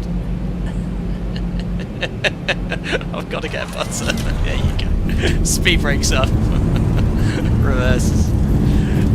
And that's how you land a 737. 100 knots. 80 knots. 60 knots. 80 knots. Manual braking. Ladies and gentlemen, welcome to Tirana. And that's how you do a circuit. You know, I should start a YouTube channel really, and show people what to do. Yeah, I played at 30. It was not going to work at 20 more rounds, so it was a little high. I can sleep easy now, that is true. Oh, brilliant. Yeah. MD11. I just wanted to show you there's nothing wrong with the sim and my setup. The MD11 flies like it's very chonky, very chonky. It was a little float, but I had to butter, otherwise you're all going to unsubscribe. Right then, well, we'll call it a day there. I'll start the funky replay music already, because we're not going to shut this down. Music's back. And we'll bring it to a stop. Perfect. Let's have a look.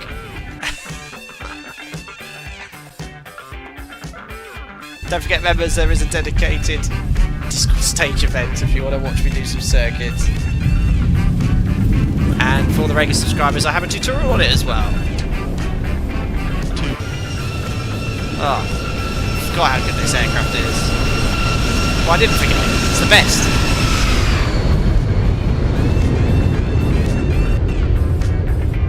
Oh, maybe a little bit of rudder to decrab. It's a bit of a crosswind, but we landed with crab, no problem. Oh, can you? Sorry. Hello, nose wheel and centerline tracking.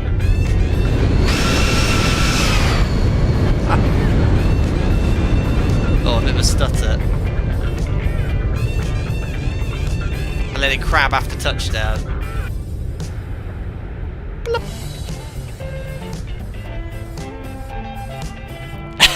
Cheers, Aaron.